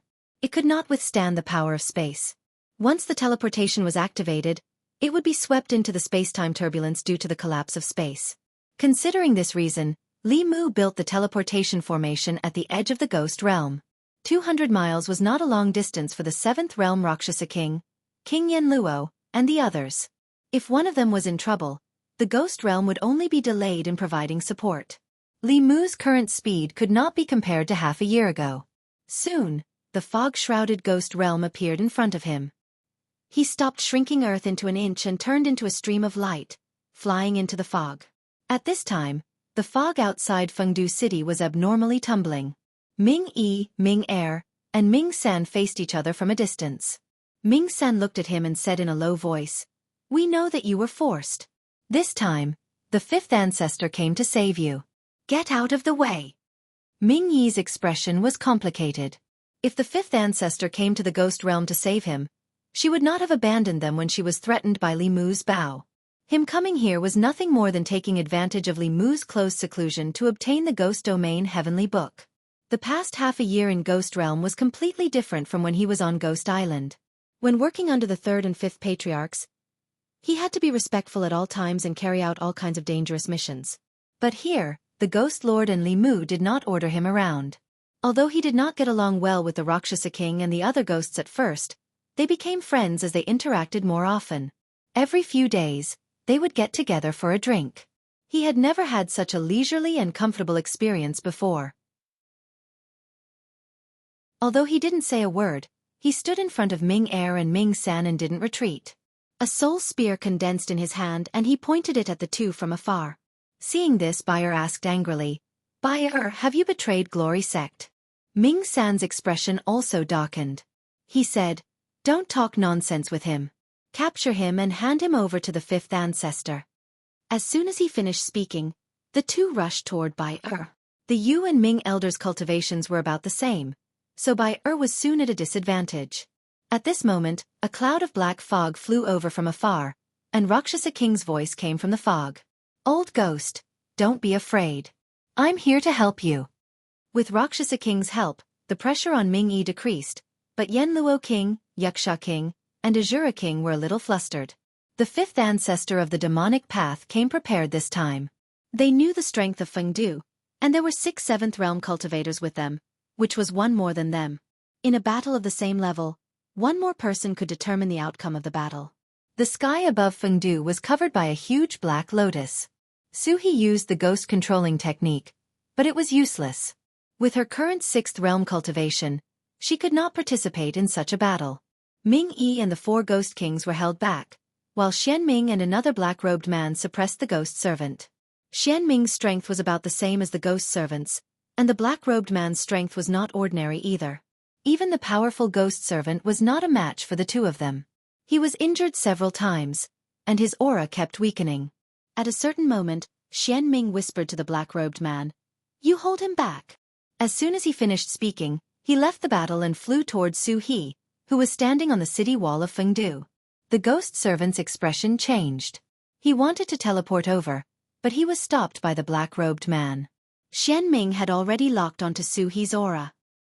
He reached out his pale and slender hand to grab Su He. Just as he was about to touch Su He, a fist appeared from the void. Boom! The fist and palm collided, and a huge wave of dermic power swept out. It was absorbed by the array on the city wall, but the ground outside the city caved in. A man's figure appeared in front of the woman on the city wall. Xianming's expression changed slightly. The dermic power in this fist was not weaker than hers. Moreover, from the fist just now, she felt that the opponent's physical body was not weaker than hers. Other than corpse cultivators and dragons, she had never met anyone with such a strong physical body. After seeing the person's face clearly, Xianming's expression changed drastically. She retreated quickly, but the person followed closely behind her like a shadow. Li Mu was in seclusion to refine the emperor's qi. This was not a secret in the sage sect. However, Xianming did not expect that he would succeed so quickly. With a level 7 cultivation and that terrifying sun-shooting bow, she was no longer Li Mu's opponent. Facing Li Mu's close approach, her fingernails grew rapidly. Like 10 sharp swords, they stabbed toward Li Mu. For corpse cultivators, the most powerful thing was always their bodies. Xianming wanted to fight hand-to-hand, but Li Mu did not use any supernatural powers. Golden light flashed on his body. Golden light radiated from his arm and met Xianming's fingernails. Then a string of fire burst out in the void. Both of them retreated hundreds of feet. This attack was evenly matched. Li Mu let out a long breath. From now on, the history of him being suppressed by Xianming was gone. He did not take out the sun-shooting bow. With the sky-breaking spear in hand, he disappeared instantly. At the same time, a long sword appeared in Xianming's hand. She stabbed forward without any hesitation. Cold light flashed in the void. The tip of the sword and the spear collided. The aftershock spread out and even affected the other people's battle. Whether it was Luo Xiaoqing and the other cultivators of the demonic path, they all stopped fighting at the same time. They stood on two sides with clear lines of shock in their eyes. Ming Er and Ming San did not expect that Li Mu, who had to run away from them not long ago, could actually be on par with the 5 forefathers. Luo Xiaoqing and the others were even more shocked. More than half a year ago, Li Mu still had to rely on that terrifying bow to force the woman in white to retreat. However, in just half a year, he was able to fight the woman in white head-on without using that bow. Such speed of growth was truly shocking. In an instant, these two figures became the focus of everyone's eyes. Obviously, the outcome of this battle would determine the outcome of the two forces. Everyone in the field had a tacit understanding not to interfere. Li Mu felt a huge force coming from the tip of the spear. His body was bounced back again. The sword in her hand was obviously a magic treasure that was not inferior to the sky-breaking spear. Even Ao Xian would have to avoid a peak Xianming cultivation. Li Mu did not underestimate his opponent. He used the demon-slaying protection incantation and summoning wind and rain at the same time. In an instant, the space where Xianming was filled with wind and lightning. The rain was mixed with wind and lightning, and it swept towards her. The power of a past magic power executed by a level 7 cultivator was naturally extraordinary. Ming Er, Luo Xiaoqing, and the others looked at the area from afar and shuddered. This was a magic power that could seriously injure or even kill a level 7 cultivator. In the face of this magic power that even a level 7 cultivator would find difficult to resist, a wave of heat surged out of Xuanming's body. The wave of heat swept over, and the rain that fell on her evaporated instantly. The dark clouds above were also affected and dispersed. The wind that blew on her body could only make her hair flutter. Wherever the wave of heat passed, the wandering souls in the surroundings also disappeared instantly. The Azura King and the others who were watching the battle from afar were forced back into Fengdu City. White light flashed outside Li Mu's body. It formed a spherical shield that protected his body.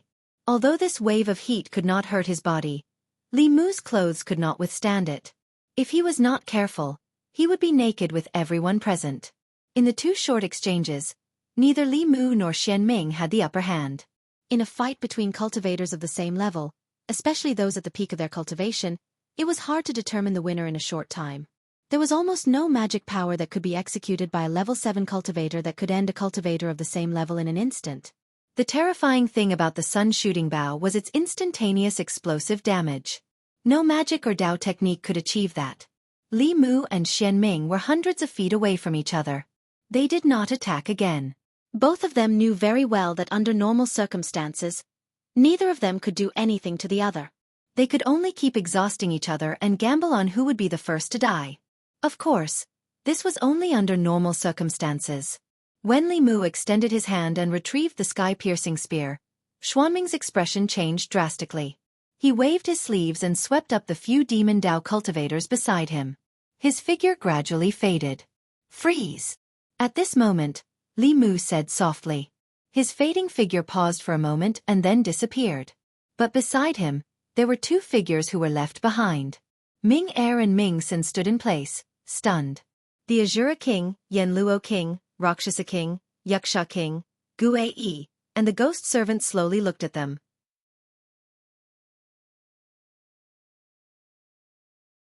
Chapter 619. I'll leave these two to you. Senior Ghost Servant. Follow me. After handing Nightmare 2 and Nightmare 3 to Luo Sha King and the rest, Li Mu waved his sleeves. His and the ghost servant's figures gradually faded and disappeared.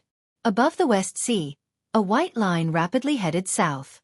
Along the way, the seawater evaporated, and countless fishes and prawns died.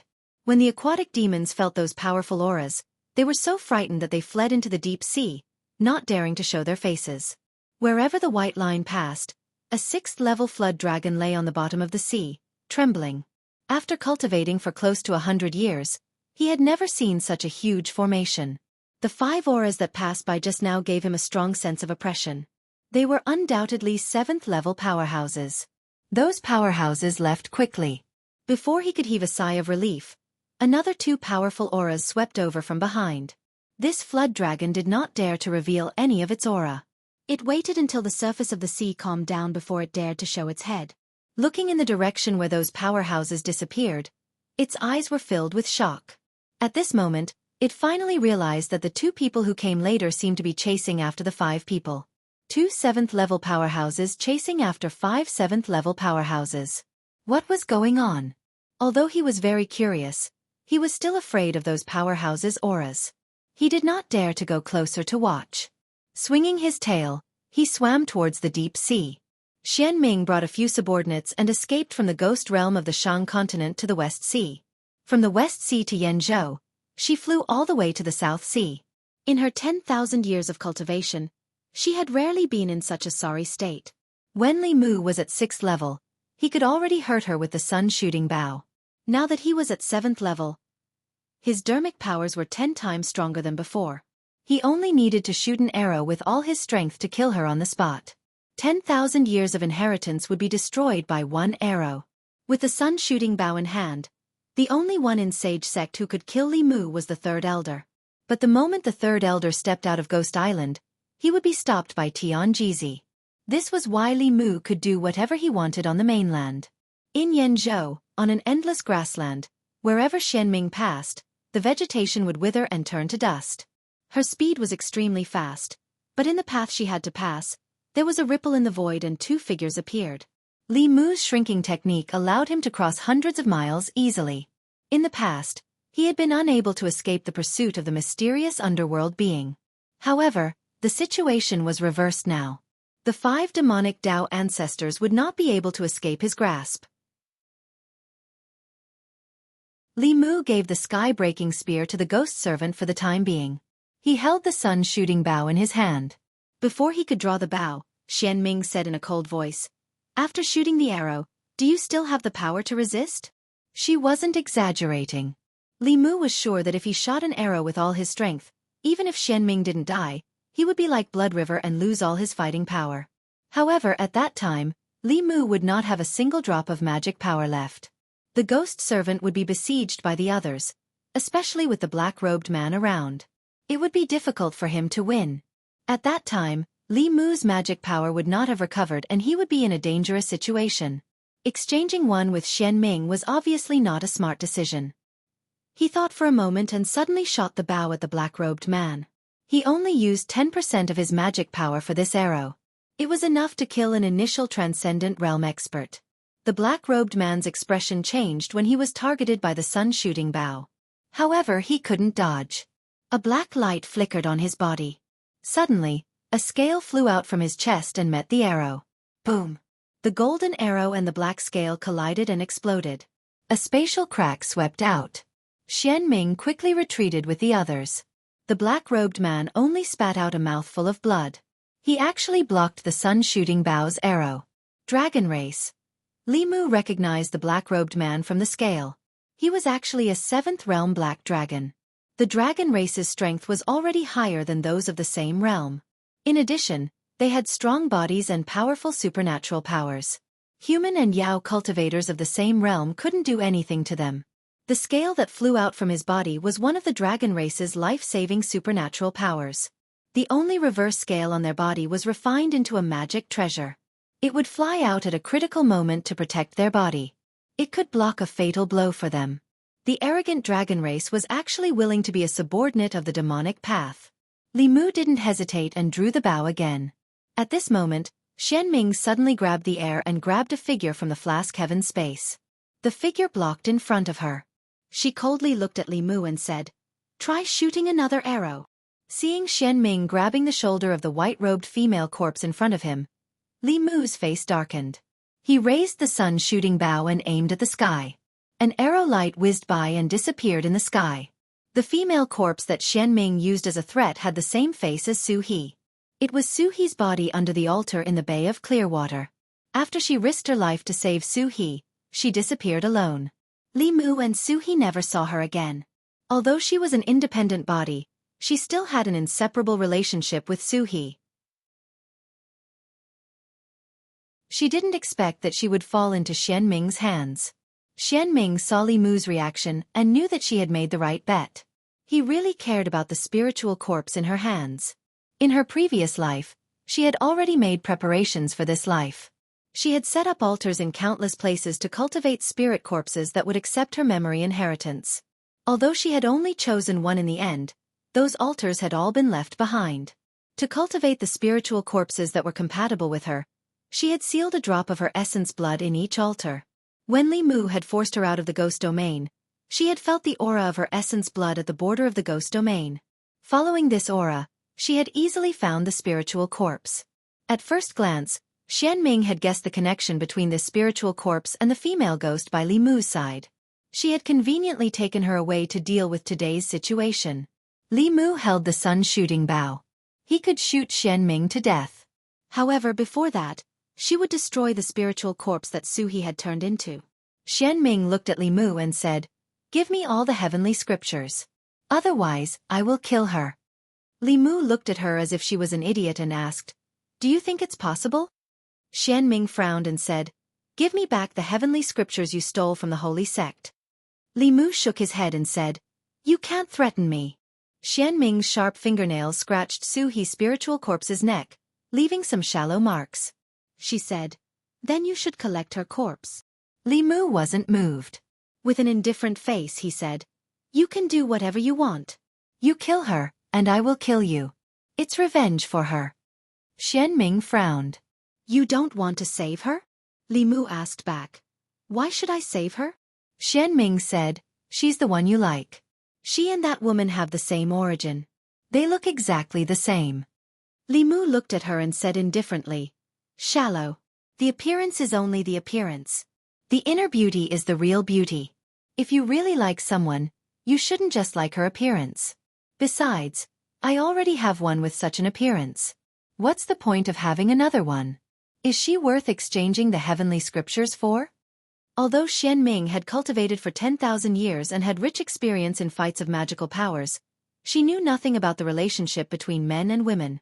The bodies that she inherited the memories from were all adult women. Their memories were erased. After receiving her inheritance, only battles and expansion accompanied them.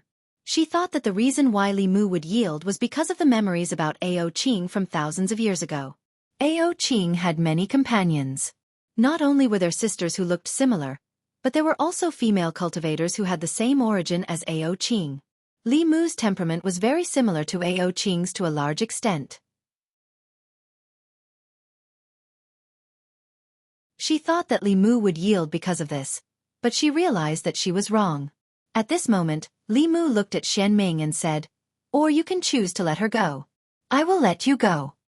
There was only Li Mu and the ghost servant. It was not realistic to keep Xianming and these people. It was better to exchange for Su He's spiritual corpse, which could solve one of her worries. Li Mu's words made Xianming sink into contemplation. Apparently, in Li Mu's heart, the heavenly book was more important than the woman's spiritual corpse. And this spiritual corpse was more important than her. If Li Mu didn't care about this spiritual corpse, one arrow could destroy her 10,000 years of effort. At that time, although Xianming's spiritual power would be exhausted, the ghost servant could protect him and retreat safely. Xianming pondered for a while and suddenly pushed Su He's spiritual corpse towards Li Mu. Then, he led the few people beside him and fled towards the south.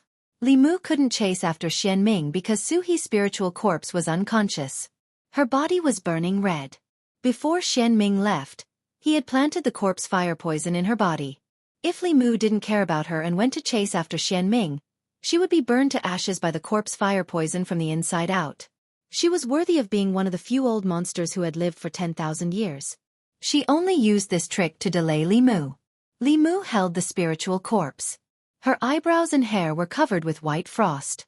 Her body was gradually frozen.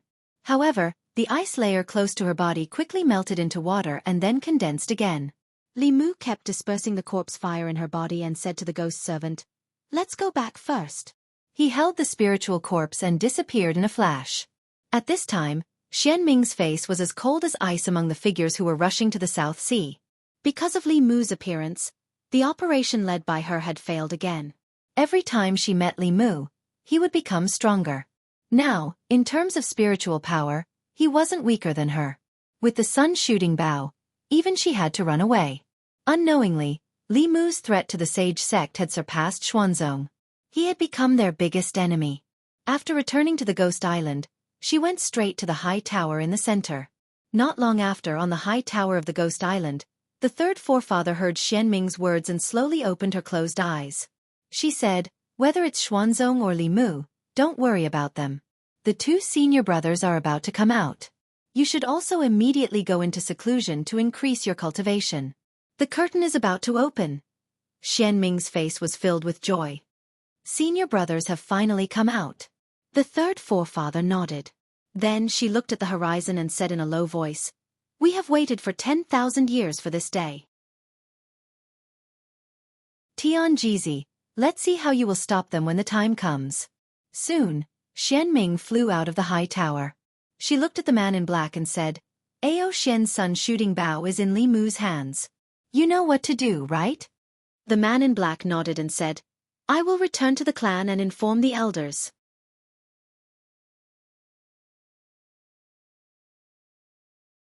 Chapter 620. Ghost Domain. Fengdu. In a quiet room, Li Mu placed his palms on the back of the spirit corpse. The cold air from his palms continuously flowed into her body. Around the two of them were countless fulu. The fulu produced endless cold air and the entire room was covered in a layer of ice. The poison of Xianming's corpse fire was extremely overbearing. Li Mu spent several hours to help her get rid of it. When the last trace of fire poison was removed, the spirit corpse's eyes suddenly opened. Feeling that there was someone behind her, she seemed to have recalled something. Her face quickly became alert. Her body suddenly turned, and the two sharp teeth at the corner of her mouth shone with cold light. She bit towards Li Mu's neck. Li Mu reached out and pinched her mouth in time, saying, "Don't bite, it's me." When she saw Li Mu, the spirit corpse's expression froze. Her alert expression gradually disappeared. Her rapidly growing nails also retracted. She began to look around with a confused gaze. Until she saw Su He standing at the door of the quiet room, a trace of joy naturally appeared on her face. Li Mu stood up, clapped his hands, and left the quiet room. He said to Su He, "You talk to her." Since the day the spirit corpse was born, she had been in the underground altar. It had only been a few years since she came out. Her intelligence was about the same as a child's. Perhaps only Su He could communicate with her without hindrance. Li Mu came outside. Ming Er and Ming San had already been captured. Although they were hooting loudly just now, they were now like ostriches with their heads lowered. Before Li Mu came back, Ming Yi had already persuaded them.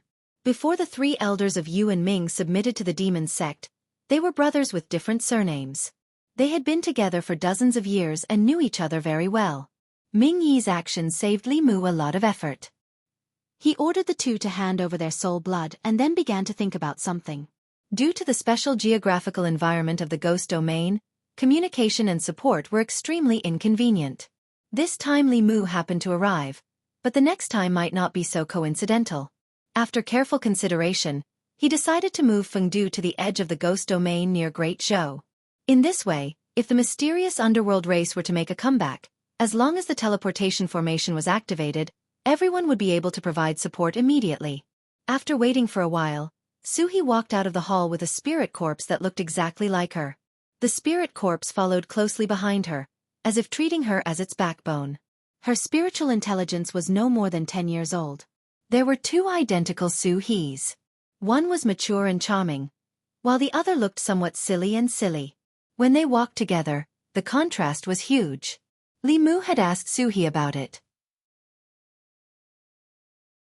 After they parted, the spirit corpse had instinctively come to the ghost realm, found a place rich in yin qi, and began to cultivate. After that, she was captured by Xian Ming and locked in a narrow space. When she appeared again, she was already a hostage. At first, Li Mu couldn't figure out how Xian Ming could find her so accurately. Later, he thought that the altar under the Bay of Clearwater was too strange. It must have been the work of the demon sect. Thinking about the content recorded in the heavenly book, Li Mu was almost certain that this was the altar that Xian Ming had prepared to refine the host. By a freak combination of factors, it became the spirit corpse that Suhi's body. He looked at the spirit corpse that was standing closely behind Suhi and said to Suhi, "Since she's following you now, you should give her a convenient name. You're Suhi, how about calling her Su Miao?" Suhi rolled her eyes and said, "What kind of name is that?" Li Mu said, "You're he, she's Miao. You two are originally one. I think it's quite suitable." Before Suhi could respond, the spirit corpse behind her murmured, "Su Miao, my name." Under Li Mu's hasty decision, Su Miao became her name. She had a natural closeness to Suhi, like she was her younger sister. Li Mu thought that he had a twin sister-in-law that wasn't very smart. Thinking about what happened just now, he said to Suhi, "There's something I need to discuss with you. I want to move Fengdu to the edge of the ghost domain. This way, it'll be easier to send messages and support in the future." The enclosed environment of the ghost domain was indeed a big drawback. Suhi nodded and said, "You decide." 3 days later, the gates of Fengdu were tightly shut. All the ghost citizens were urgently summoned back to the city. They stayed in their own residences and were not allowed to go out. According to the guards of the Ghost Lord's mansion, Fengdu was going to be moved. They couldn't figure out how to move such a big Fengdu. Just as they were wondering, the ground under their feet suddenly shook at noon. Even though the ghosts in the city were extremely curious, they had already received orders and couldn't go out to investigate. Fengdu was shaking non-stop. If one looked from outside the city, the entire Fengdu had been uprooted from the ground and was floating 1,000 feet high. A giant bell enveloped the city, and there were several formations carved into the city. Within each formation, there was a figure sitting inside. Li Mu sat cross-legged in the largest array. For the relocation of Fengdu, he had captured all the 7th realm experts of the ghost domain. The 4 ghost kings, the 3 elders of Yu and Ming, the ghost servants, and Li Mu, 9 7th realm experts, worked together to cast spells and easily uprooted Fengdu. Under the protection of the Dao Bell, they slowly moved towards the east. The space of the ghost domain wasn't stable, so Fengdu couldn't move too quickly. The 9 people used 7 days to move Fengdu to the new location. Li Mu had already ordered the 6th realm ghost cultivators under Suhi to empty the mountains there and create a plane to place Fengdu. Then, he also moved the transportation array over. Now, even if the 3 patriarchs of the demon sect came personally, the ghost domain would be safe. After everything was settled, Li Mu summoned the 3 elders of Yu and Ming. "Greetings, Lord." After being persuaded by Ming Yi for a few days, Ming Er and Ming San were much more well-behaved. After entering the hall, they respectfully bowed to Li Mu. After all, their lives were in his hands, so they had to be respectful. Li Mu crossed his arms and looked down at Ming Er and Ming San. He said, "Tell me everything you know about the demon sect." All along, the demon sect had been powerful and mysterious in everyone's eyes. Until now, Li Mu didn't know much about the demon sect. Only by knowing yourself and your enemy could you win every battle. The enmity between him, Xian Ming, and the demon sect couldn't be resolved. The more information he knew, the more advantageous it would be for him. Ming Er looked up at Li Mu and said, "The sage sect." Ahem. Ming Yi coughed loudly. Ming Er immediately changed his words. The demon sect's influence is spread across the 10 continents. What I know is only the Zhu continent. At Li Mu's request, Ming Er and Ming Sen told him everything they knew. During this time, the third elder had entrusted them with important tasks, so they knew more than Ming Yi. After hearing everything, Li Mu's heart sank. The demon sect had 3 headquarters on the mainland. The Ghost Island in the depths of the South Sea was controlled by the third elder, who was at the 8th realm. The other 2 headquarters of the demon sect were in Yanzhou and Jianghu. Everyone knew that there were 10 continents in the world, as well as the 3 islands that only existed in legends. Among the 10 continents, not all of them were as powerful as the Zhu continent. Changzhou and Fenglin were in the southeast of the Zhu continent. Compared to the Great Zhou, they were sparsely populated and didn't have many countries. Yingzhou was full of poisonous miasma and wasn't suitable for human habitation. Shenzhou and Yuan were in the extreme north, so they were even more desolate. The remaining Jianghu, Lu, Zhu continent, Shang, and Yanzhou were all large continents with large populations. They were also places where the demon sect had been active for the past 10,000 years. Among them, the demon sect's second elder was in charge of Yanzhou. The demon sect's first elder was in Jianghu.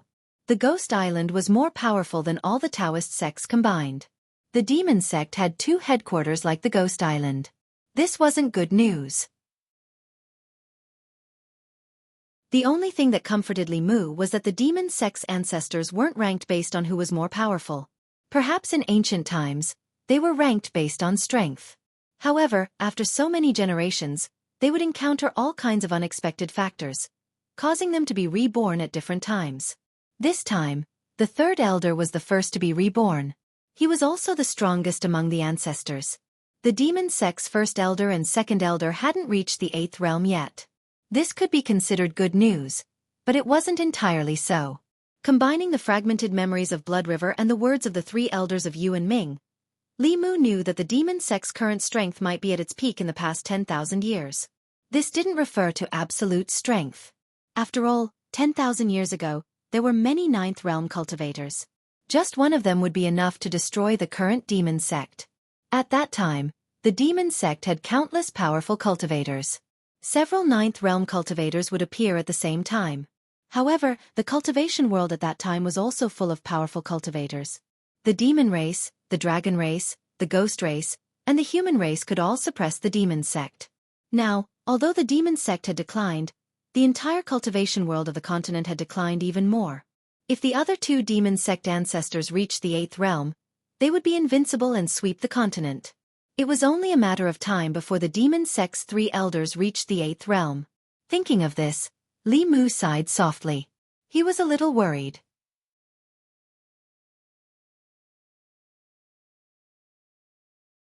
Chapter 621. The reality in front of Li Mu was that if 3 8th-level cultivators appeared in the demonic path, even if he counted Xuanzong, the righteous path would not be a match for the demonic path. In terms of relative strength, the demonic path was in its best era in the past 10,000 years. Although the speed of his strength increase could be called miraculous, in front of the demonic path, it was far from enough. The Fulu school, the various Taoist sects, and everyone around Li Mu urgently needed to increase their strength. Only then would they have the strength to face the calamity that could befall them at any time. Li Mu unreservedly imparted to Su Miao the supernatural abilities of the corpse cultivator from the demonic path heavenly book. Then, he left her a mirror-breaking pill. The ghost realm was very suitable for her cultivation. With Su He's help, she should be able to reach the 6th level in the near future. After discussing with Su He, she also planned to teach some important ghost techniques in the demonic path heavenly book to the 4 ghost kings and Feng Yi. This could not quickly increase their strength, but it could increase their combat strength. When facing enemies of the same level, they would be able to fight 5 against 6 or even 7. At the same time, under the arrangement of the ghost servant, Su He also prepared to go into seclusion to break through. Her method of breaking through was similar to Huan Ji's, but also different. Huan Ji was the same as Li Mu and the Empress. In essence, she broke through by refining the spirit of psychokinesis. Su He had the heavenly book. She was the master of the countless ghosts in the ghost realm. Through the demonic path heavenly book, she could borrow the power of the billions of souls in the ghost realm to break through. In a way, the significance of her advancement was more important than Li Mu's advancement. Becoming a ghost spirit meant that she could control all the ghosts and ghost cultivators in the ghost realm, including the 7th-level wandering souls. She would become the true master of the ghost realm. If she wanted to reach the 7th level, she would probably have to go into seclusion for a year and a half. They would not be able to see each other for a long time. Li Mu stayed in the ghost realm to accompany her for a few more days. She had originally thought that they could spend a few days together and take a big step forward in their relationship before she went into seclusion. However, she did not expect that their time together would eventually become a threesome. Su Miao followed Su He like a shadow. Every day, she would follow them 24 hours a day. No matter what Li Mu did, she would blink her big eyes and look at them. A few days later, Li Mu finally couldn't take it anymore. He looked at her and said, "Meow meow, can you go play by yourself and leave me and your sister alone for a while?" Hearing Li Mu's words, she immediately grabbed Su He's arm and glared at Li Mu, baring her 2 sharp teeth at him. Li Mu was naturally not afraid of her. He pinched her mouth and said fiercely, "If you dare to bite me, I will pull out your teeth." Su Miao obviously knew that Li Mu was not someone she could afford to provoke. She immediately hid behind Su He, but she still stared at him with a pair of big eyes. Li Mu couldn't argue with her. He could only take her everywhere with Su He. However, he couldn't help but think that if the two of them slept together in the future, she must accompany them. This was too exciting. Li Mu was not Ao Qing and had never experienced this kind of happiness. In the end, Li Mu still didn't have time to do anything with Su He and left the ghost realm alone. The reason why he left earlier than planned was that he had just received a sound transmission from Xianxia that Fu Daozi had come out of seclusion. After he came out of seclusion, Fu Lu School had another transcendent powerhouse. Fu Daozi's breakthrough was definitely not as simple as the addition of the super powerhouses of Fu Lu School. Whether it was Xianxia, Yuzhenzi, Fu Lu School, other 7th realm powerhouses of the 6 sects, Li Mu, the Empress or Phantom Princess, their breakthroughs were all with the help of external forces, not relying on their own cultivation. However, Fu Daozi was different. He was obsessed with studying the Fu Lu Dao. After Li Mu cracked the heavenly book of Fu Lu School, he went into seclusion for several years and finally comprehended the Fu Lu Dao and successfully broke through. This was the true transcendent. Even if he had just broken through, his strength was far from what other powerhouses who had advanced for many years could compare to. Baiyun Mountain. A stream of light flew in from outside the mountain and landed on the main peak. Li Mu quickly walked into the central Taoist palace and cupped his fists to a radiant old man. He smiled and said, "Congratulations, master." Fu Daozi looked at Li Mu and laughed. Then he patted him on the shoulder and said, "The most worthwhile thing in my life is to have a disciple like you." Then his tone changed and his face darkened. He said, "I already know what happened in the past few years. Xuanzong bullied Fu Lu School because it was weak. I will avenge you. Come with me to the East Sea and I will seek justice for you." As he spoke, his body naturally emitted a fierce aura. In the main hall, except for Li Mu, even the other 2 supreme elders and Xianxia felt the pressure double and couldn't help but take 2 steps back. As expected of a transcendent powerhouse who had advanced on his own, Li Mu estimated that Fu Daozi's strength was already above the 7th realm Black Dragon of the Demon Sect. He was only slightly weaker than Xian Ming and the Empress. In the entire Xuanzong, only Tianjizi's strength was above him. However, the gap between their realms was like a heavenly punishment that couldn't be overcome. Li Mu smiled and said, "Master, don't be angry. The grudge with Xuanzong will be settled sooner or later, but not now. Now that the demon sect is closing in step by step, these grudges should be put aside." Fu Daozi slowly withdrew his aura and said, "Disciple, you know the big picture. Xuanzong will remember this debt for the time being." At this time, 2 figures walked in from outside the hall. Lu Hanyan and Li Qing walked to Fu Daozi's side and said respectfully, "Greetings, Martial Granduncle." Li Mu introduced them to him. "This is Hanyan. Master, you have seen her before. This is Qing Er. They are both my wives." "Both of them?" Fu Daozi was stunned, and then he glanced at Li Mu with a meaningful gaze and said, "Since they are my disciples' wives, then there's no need to call me martial granduncle. If both of you are willing, then you can become my disciples. In this way, both of you will be of the same generation, and it would prevent others from gossiping." Both of them were stunned, and then they looked at Xianxia and Yuzhen at the same time. If they became Fu Daozi's disciples, then their former master would become their senior brother and senior sister. Lu Hanyan and Li Qing didn't know if they should agree or not. Meanwhile, Fu Daozi glanced at Xianxia and Yuzhen, and then he asked, "What? Both of you have a problem with that?" "No, of course not." Xianxia's expression changed, and he immediately said to both of them, "Junior sisters, quickly greet Master." "Greetings, Master." "Greetings, Master." Both of them returned to their senses and immediately knelt on the ground to greet Fu Daozi as their master and disciple. When he walked out of the Dao Palace on the main peak, Li Mu was in an extremely happy mood. "Master is really considerate. My relationship with Lu Hanyan and Li Qing is really a bit messy. Martial uncle and two beautiful martial nieces have become Dao companions, and those who don't know the truth would think that I'm some improper senior. Senior brothers and junior sisters were a match made in heaven, and this was a common practice in the various large sections. So, no one would be able to gossip about them in the future." The news that Grand Supreme Elder Fu Daozi had ascended to the 7th realm and had accepted Elder Lu and Elder Li as his disciples quickly spread throughout White Cloud Mountain. With the addition of another expert to the sect, all the elders and disciples of the various peaks were greatly excited.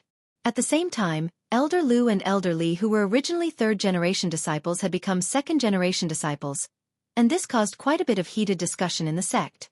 Such a thing was impossible in the past. Obviously, the reason why they could have such privileges was because of martial uncle Ling Jizi. The resources that the 2nd-generation disciples could enjoy and their status in the sect were far from what the 3rd and 4th-generation disciples could compare to.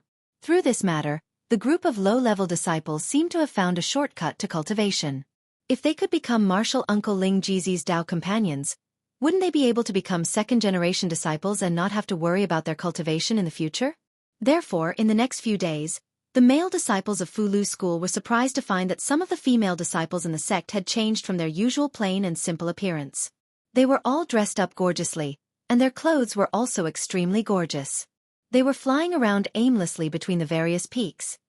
Li Mu was completely unaware of this. He was in seclusion on White Cloud Mountain to comprehend a divine ability. At a certain moment, Li Mu, who was in seclusion, suddenly opened his eyes. At the same time, dark clouds gathered in the sky above White Cloud Mountain. Then, a rolling voice came from the clouds. "Li Mu, you brat, return the treasure of my dragon clan."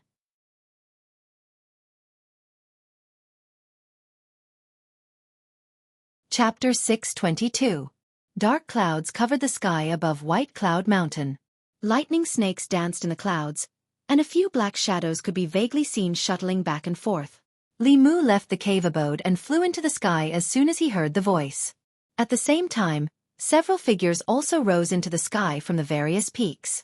Fu Daozi looked angry and shouted, "Who are you? How dare you behave atrociously in my White Cloud Mountain?" As his voice fell, a sound wave spread out. Wherever the sound wave passed, the dark clouds in the sky dissipated, and 3 black dragons that were hundreds to hundreds of feet long appeared. The 3 black dragons hovered above White Cloud Mountain, emitting a strong pressure. The low-level disciples of the ancestral court were in an uproar when they saw this. "What are those things in the sky? Deer horns, snake body, eagle claws, fish tail. Oh my God, they're dragons. What are the dragons doing here? They seem to be looking for trouble with our White Cloud Mountain." In the sky, the 3 black dragons flashed with black light and turned into 3 black-robed figures. The 3 of them had dragon horns on their foreheads. 2 of them had old faces and white hair. The last one was the black dragon that Li Mu had seen before. He was Xian Ming's subordinate. An elder from the dragon clan widened his eyes and asked, "Who is Li Mu?" Li Mu's figure floated to the front and asked indifferently, "Why are you looking for me?" The old dragon said coldly, "Hand over my ancestor Ao Xian's sun shooting bow." These 3 black dragons were indeed here for the sun shooting bow. Ao Xian had accidentally obtained the sun shooting bow back then. Before Ao Xian died, he did not pass it to the Black Dragon clan. Instead, It was buried with his corpse in the underwater cave abode. From this point of view, it seemed reasonable for the Black Dragon clan to come and ask for the sun-shooting bow. However, the truth was that the sun-shooting bow was not created by Ao Xian. He had also obtained it by chance. It was like a heavenly book that could only be obtained by those with strength and opportunity. There was no reason for these dragons to come and ask for it today. Moreover, how could Li Mu hand over such a powerful treasure to others? If this treasure fell into the hands of the demon sect, they would be able to unify the 10 continents with the help of the sun-shooting bow before the other 2 ancestors of the demon sect could ascend. When facing the threat of the demon sect, Li Mu relied on this treasure the most. He glanced at the old dragon and said, "Don't think I don't know that the sun-shooting bow doesn't belong to you dragons." Ao Feng breathed out 2 streams of hot air from his nostrils. The dragon clan had always snatched the treasures they wanted. This time, someone else had snatched the treasures that used to belong to the dragon clan. He couldn't stand it anymore. He looked at Li Mu and asked coldly, "You mean you don't want to return it?" As soon as he finished speaking, he gritted his teeth and said, "Ao, you take him back." A black light flashed in front of Li Mu, and the figure of another dragon clan elder suddenly appeared. He stretched out a dragon claw and grabbed Li Mu's neck. The dragon clan was the strongest clan in the world. Even a newborn dragon had the strength of a human at the 4th realm. With the dragon clan's strong physical body and special abilities, they could often suppress human or demon experts of the same level. This old dragon was extremely fast. When he appeared beside Li Mu, no one could react in time. If he could capture Li Mu in one move and bring him back to the dragon palace to interrogate him slowly, with the speed of the dragon clan, no one present would be able to stop him. However, just as his dragon claw was about to touch Li Mu's neck, a white fist met it. Seeing that Li Mu had overestimated himself, a cold smile appeared on Aou's lips. The dragon clan was most proud of their bodies. Not to mention the human race, even the demon race and corpse cultivators, who were also known for their bodies, were far from being comparable to the dragon clan. Using a fist to meet his dragon claw was no different from hitting a rock with an egg. Boom! The fist and claw collided, and Aou's body flew backward. Li Mu also retreated several meters. The man and dragon shook their numb hands at the same time. Aou's dragon eyes were wide open as he looked at Li Mu, who was unscathed in disbelief. The moment the fist and claw collided, he even had the misconception that he was facing a 7th realm dragon clan member. These 3 black dragons had just arrived at White Cloud Mountain and were already flaunting their strength. They even attacked at the slightest disagreement. Fu Daozi's face suddenly darkened, and he shouted angrily, "Four-legged snakes, you're courting death." He quickly formed a seal with his hands. In an instant, a golden rune appeared in the void and landed on Aou's body. When the rune entered his body, the dragon clan elder let out a painful roar. He rolled in the void and actually revealed his original form. Countless runes flickered on his black dragon body. He let out another dragon roar and spat out a dragon's breath that covered his entire body. Only then did the rune gradually disappear. At this moment, Fu Daozi had already closed in. He condensed a rune in the void again. This time, the rune turned into a blue ice dragon and bit the black dragon's body. Aou had lived for more than 100 years, but it was the first time she had seen such a divine ability. For a moment, she didn't know how to deal with it. When the other dragon clan elder saw this, he wanted to step forward to help, but a green light suddenly appeared in his eyes. He stretched out his arms that were covered in black scales and blocked in a panic. He was pushed back 300 meters. When he saw the green light clearly, his expression changed drastically again. He said in shock, "Sky-splitting spear, damn it, you even stole the Dragon King's weapon." After he recovered from his shock, 2 enormous hammers appeared in his hands, and he smashed them fiercely at Li Mu. Li Mu raised his spear to block, but both of them were blasted flying. The strength of these 2 old dragons was extraordinary, and they were obviously stronger than most of the 7th level experts that Li Mu had seen. If it wasn't for Fu Daozi's advancement, then besides him, no one in Lu school would be a match for them. Li Mu and Ao Feng were locked in battle. On the other side, Fu Daozi and Aou were in a stalemate as well. At this moment, the 2 old dragons were slightly regretful in their hearts. The 3 of them were able to fight 2 human cultivators at the same time. They originally thought that victory was in the bag, But they never expected that just two random people from Flu school would be able to fight them to a draw. If they knew this would happen, they would have brought more clansmen over. Their current manpower was clearly insufficient. Retreat! When he noticed that he'd started to fall into a disadvantageous position in the battle against Li Mu, Ao Feng roared decisively, and then fled towards the horizon. When Ao Yu heard this, she broke free from Fu Daozi's grasp and fled quickly like a black bolt of lightning.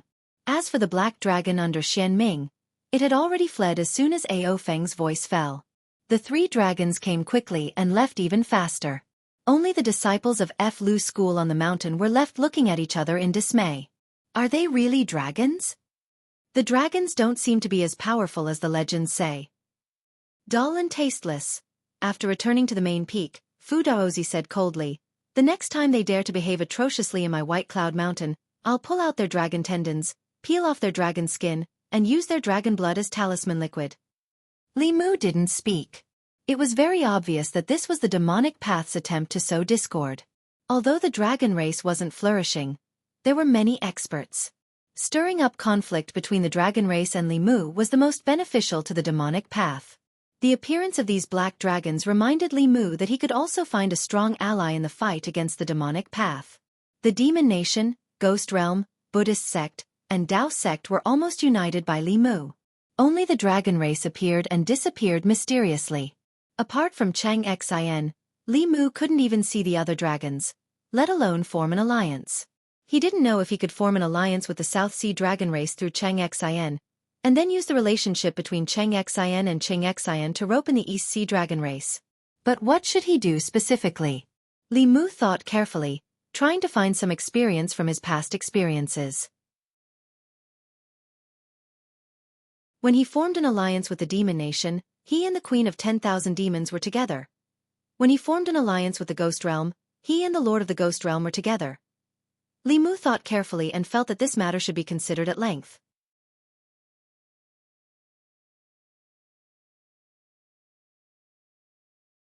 Chapter 623. At the bottom of the North Sea, thousands of miles away from White Cloud Mountain, Ao Feng looked coldly at the black dragon and said angrily, "Ao Wu, that Li Mu's cultivation is no weaker than ours. Why didn't you tell us that there was such a powerful cultivator in the Flu school?" If they had known, they would not have been in such a sorry state today. The black dragon said helplessly, "Great Elder, please calm down. After I found out that the sun-shooting bow was in Li Mu's hands, I immediately returned to the clan to report. I didn't know that his cultivation was so strong, and I didn't know that there was another powerful cultivator in the Flu school who was no weaker than the two elders." Of course, he knew that Li Mu's cultivation was no weaker than the two elders. The reason he had deliberately concealed it was because of the fifth patriarch's instructions. Only by lowering the importance they placed on Li Mu, and causing them to misestimate the strength of Li Mu and the Flu school would they fail in their mission. Only then would the conflict between the black dragons and Li Mu be intensified. That was what he really wanted.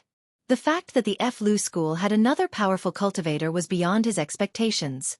According to his plan, the two elders should have barged into the Flu school, fought a huge battle, and returned with serious injuries. From then on, the black dragons and the Flu school would have an irreconcilable feud. The fifth patriarch's mission would then be completed. At this moment, the other black dragon elder said, "The human race has an old saying, you can hide for a while, but you can't hide forever. I don't believe that he will be hiding in the Flu school forever." Ever since Ao Xian's ancestor had fallen, the black dragons had never stopped searching for the sun-shooting bow. For tens of thousands of years, although the black dragons claimed to be the noblest and most powerful race on the mainland, apart from the era of Ao Qing Dragon King and Ao Xian, the black dragons had never truly dominated the mainland. Once the sun-shooting bow was taken back, the Dark Dragon clan would regain the glory of Ao Xian's ancestor. Ao Yu pondered the importance of this matter and realized that he had been too careless in his actions this time. He had underestimated Li Mu's strength. He looked at the black dragon and said, "The sun-shooting bow is ours. I can't wait that long. Ao Wu, return to the West Sea and invite the other two elders, Ao An, and the other Tier 6 juniors. It's time to let them know the strength of the dragon race." "Yes." Ao Wu cupped his fists respectfully. The moment he turned around, his lips curled up slightly. Baiyun Mountain. Li Mu did not chase after the three black dragons. Based on his understanding of the dragon race and the fatal attraction of the sun shooting bow, they would return sooner or later. In order to fight against the demonic Tao, the Dragon Clan was a force that must be won over, but that did not include the Black Dragon Clan.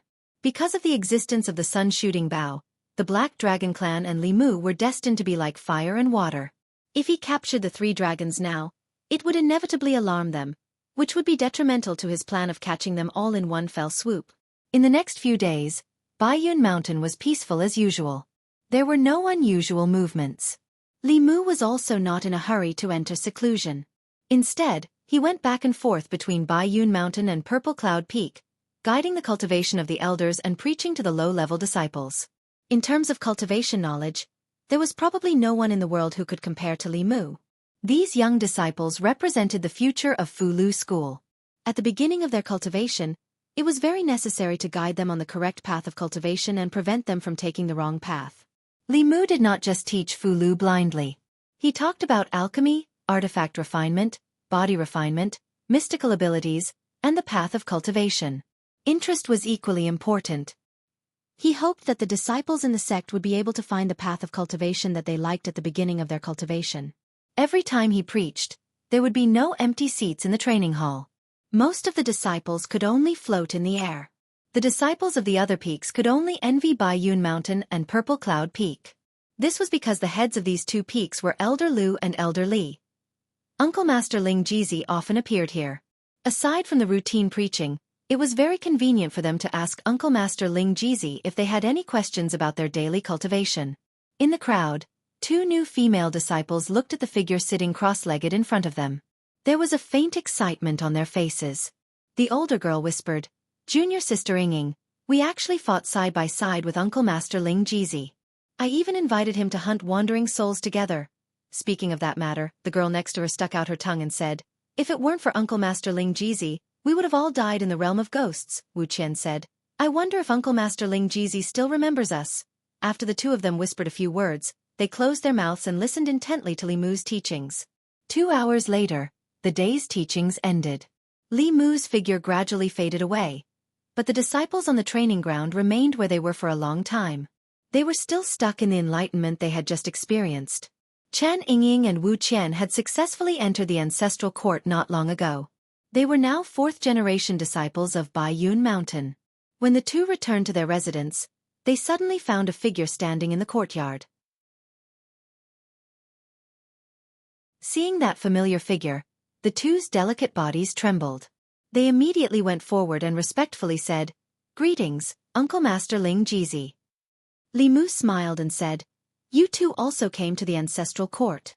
When he went to the realm of ghosts for the first time, he met the 2 by chance. At that time, Chen Yingying was still an outer sect disciple of Fulu School, and Wu Qian was a rogue cultivator. Now, looking at their clothes, they were clearly 4th-generation disciples of Fulu School. Although the 2 were women, they were courageous and affectionate. Li Mu still had a deep impression of them. He stretched out his hand, and 2 bottles of pills appeared in his palm. Li Mu handed the pills to them and said, "Meeting again is fate. These 2 bottles of pills are for you. Go into seclusion and refine them. They should be able to help you break through as soon as possible." The 2 women respectfully accepted the pills and said, "Thank you, Uncle Master Ling Jizi."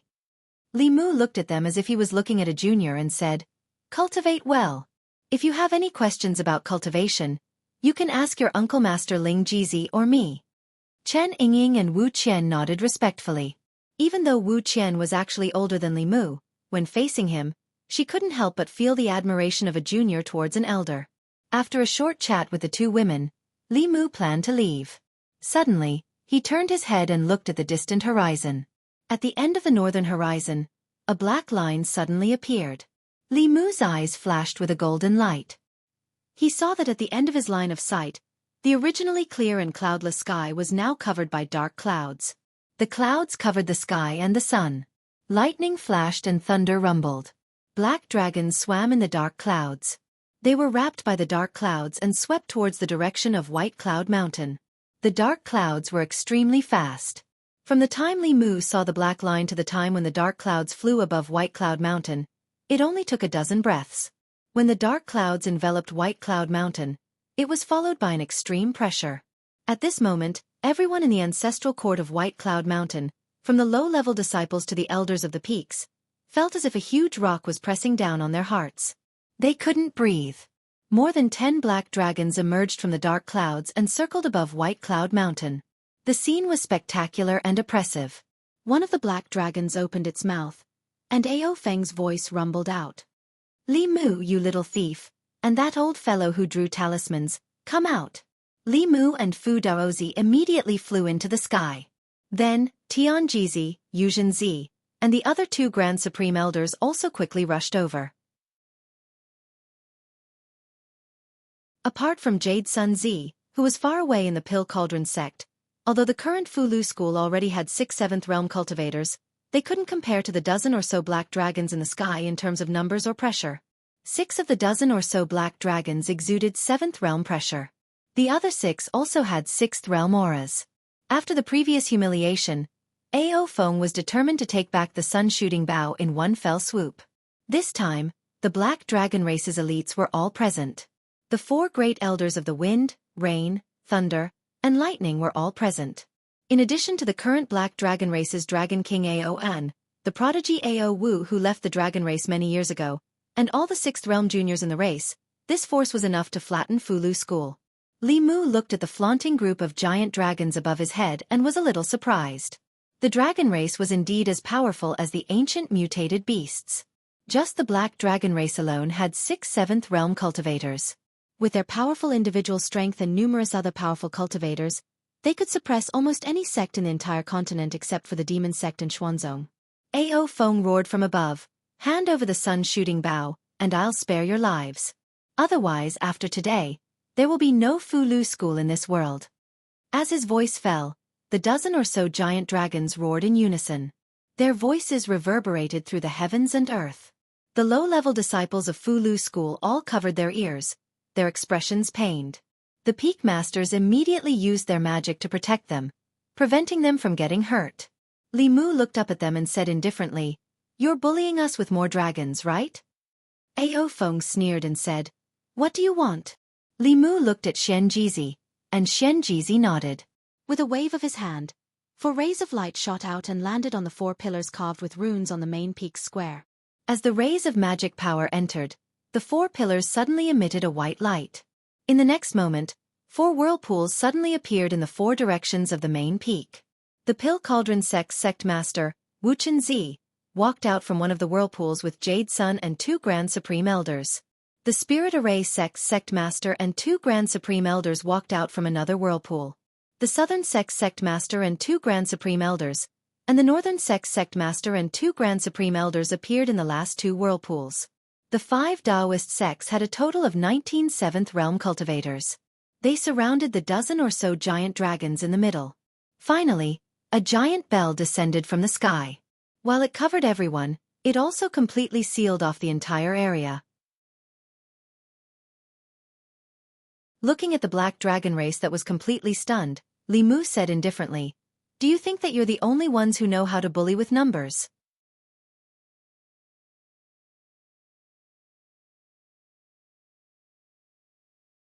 Chapter 624. Li Mu guessed that the Black Dragon race wouldn't give up. He had been waiting for this moment for a long time. White Cloud Mountain's long-distance teleportation array was originally built to guard against the Demon Dao. At this moment it came in handy. They didn't even need to activate all of them. Just the 5 Taoist sects were enough to capture all of them. In a battle of this level, those 6th realm black dragons were of no use. They could be ignored. The ones that were slightly more troublesome were the few level 7 black dragons. Among them, the 3 dragons that came to White Cloud Mountain last time were the strongest. The 3 extra dragons were only equivalent to the transcendent initial realm. Even if the dragon race had a natural advantage, the 5 sex experts were more than enough to deal with them. Without giving the Black Dragon race any time to react, the 5 sex supreme elders and sect masters attacked at the same time. In front of them, those 6th realm black dragons couldn't even withstand a single blow. 7 black dragons were immediately captured. Their cultivation was sealed, and they were casually thrown to the side of the mountain. The remaining 5 7th Realm Black Dragons and Xianming's Black Dragons saw that the situation wasn't good. They all slammed their dragon heads against the Dao Bell. Even though the Dragon Clan was formidable and was capable of suppressing humans of the same cultivation realm, they couldn't stop their numbers from bullying the Dragon Clan. There was utterly no hope of victory in this battle. How could Ao Feng have imagined that the Talisman sect would actually be able to gather so many experts in an instant? Even if the Dark Dragon Clan utilized all their strength, they were unable to deal with so many experts at the same time. Dong! The 6 dragons' huge bodies slammed against the Dao Bell, creating a loud boom. If it was just Li Mu alone, he might not be able to trap them. However, more than 10 7th Realm experts from the 5 sects were currently inside the Dao Bell. Everyone's magic power was added to the Dao Bell. Even if the Demon Dao's 3 ancestors were trapped, they wouldn't be able to escape easily. Talisman Daozi's hands flickered with runes. He sneered. "You dare to come back?" As soon as he finished speaking, his figure disappeared. When he reappeared, he was already on Ao Feng. Talisman Daozi held the dragon horns with both hands. Talisman Daozi's palm surged into the dragon's body. Ao Feng's body rolled and couldn't break free. Li Mu was even more decisive. He took out the sun-shooting bow and shot an arrow. A black light flickered in front of Ao Feng's chest. The reverse scale that he had refined for many years blocked the fatal arrow. However, he also lost his only trump card. Li Mu used 20% of his dermic powers for this arrow. Whoosh! Whoosh! Whoosh! Whoosh! Li Mu shot 5 arrows in a row, exhausting all the magic power in his body. Then, he flew to the side and quietly recovered his magic power, leaving the battlefield to the others. The Dragon Clan was indeed the only ancient beast clan that had survived. Their innate abilities were extremely powerful, and their physical bodies were also incomparably powerful. In a situation where their magic power was about the same, it would take 2 human powerhouses of the same level to deal with them. However, even without Li Mu, there were still 18 7th Realm cultivators here. Fu Daozi alone could fight the Black Dragon race's Great Elder alone, while the rest of the cultivators could deal with 1 7th Realm cultivator with 3 people. In addition, Li Mu's 5 arrows had already depleted a lot of 7th Realm cultivators. The situation inside the Dao Bell was almost one-sided. Talisman Daozi's body was surrounded by golden runes, suppressing Ao Feng. He said loudly, "Four-legged snake, I still lack a mount. If you are willing to become my mount, I will spare your life today. How about it?" Ao Feng said coldly, "Don't even think about it. The Dragon Clan will never be slaves." He let out a long roar, and his 2 dragon horns flickered. A ball of lightning condensed between his dragon horns. This ball of lightning was black, and as the ball of lightning condensed, the black color on Ao Feng's body even became lighter. Almost instantly, the ball of lightning flashed in front of Fu Daozi. He wanted to teleport away, but he was entangled by Ao Feng's dragon tail and couldn't move at all. At this moment, he felt a strong sense of danger. At the critical moment, Fu Daozi's figure suddenly disappeared, and Ao Feng's dragon tail entangled Ao Lei, one of the 4 great elders of the Black Dragon Clan. Fu Daozi's figure appeared in Ao Lei's position. Li Mu released the hand seal, and the little bit of spiritual power that he had just recovered was used up again. Li Mu knew the divine powers of the Dragon Clan better than any of the dragons here. Ao Feng sacrificed part of his cultivation to this divine ability, and it was not something that Fu Daozi could resist.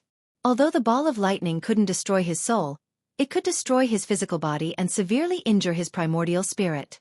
At this time, even if you only used the simplest summoning wind and rain, the severely injured Fu Daozi would be in danger of dying completely. With no other choice, Li Mu could only use Shadow Shift to switch his position with Ao Lei's, allowing him to dodge the attack. The ball of lightning landed on Ao Lei's body and exploded instantly. Ao Lei's body was flashing with lightning. Even though he had a strong body of the Dragon Clan, his body was badly mutilated, and his scales peeled off. His aura was extremely weak, and he couldn't even stay in the air and fell heavily. Ao Lei! Ao Feng roared angrily when he saw that his fellow dragon had been severely injured. He quickly locked onto Li Mu and charged at him without caring about anything else. However, at this time, Fu Daozi's figure appeared in front of him again. "Get lost!" Ao Feng only wanted to tear Li Mu into pieces at this time and charged at Fu Daozi fiercely. Fu Daozi waved his hands, and a Fulu barrier appeared in front of him. He snorted and said, "If you want to bully my disciple, you'll have to get through me first." The Dragon Clan originally wanted to bully Ao Feng with their numbers, but they didn't expect that it would really turn out like this. However, they were the ones being bullied. On the other side, Ao Wu's expression gradually became determined. At this point, Ao Wu knew that the mission given by the fifth ancestor had failed. Even he couldn't protect himself. If he fell into Li Mu's hands, his fate was predictable. Looking at Li Mu, who was not far away, a trace of fierceness appeared in his eyes. He activated 100% of his spiritual power and temporarily broke away from the three people surrounding him. He turned into a black thunderbolt and shot at Li Mu. If his death could be exchanged for Li Mu's death, then everything would be worth it. In the process of rushing towards Li Mu, an extremely strong spiritual power fluctuation suddenly came from his body. Fu Daozi's expression changed drastically, and he hurriedly reminded, "Oh no, he's going to self-destruct." The self-destruction of a seventh realm dragon was enough to level White Cloud Mountain to the ground.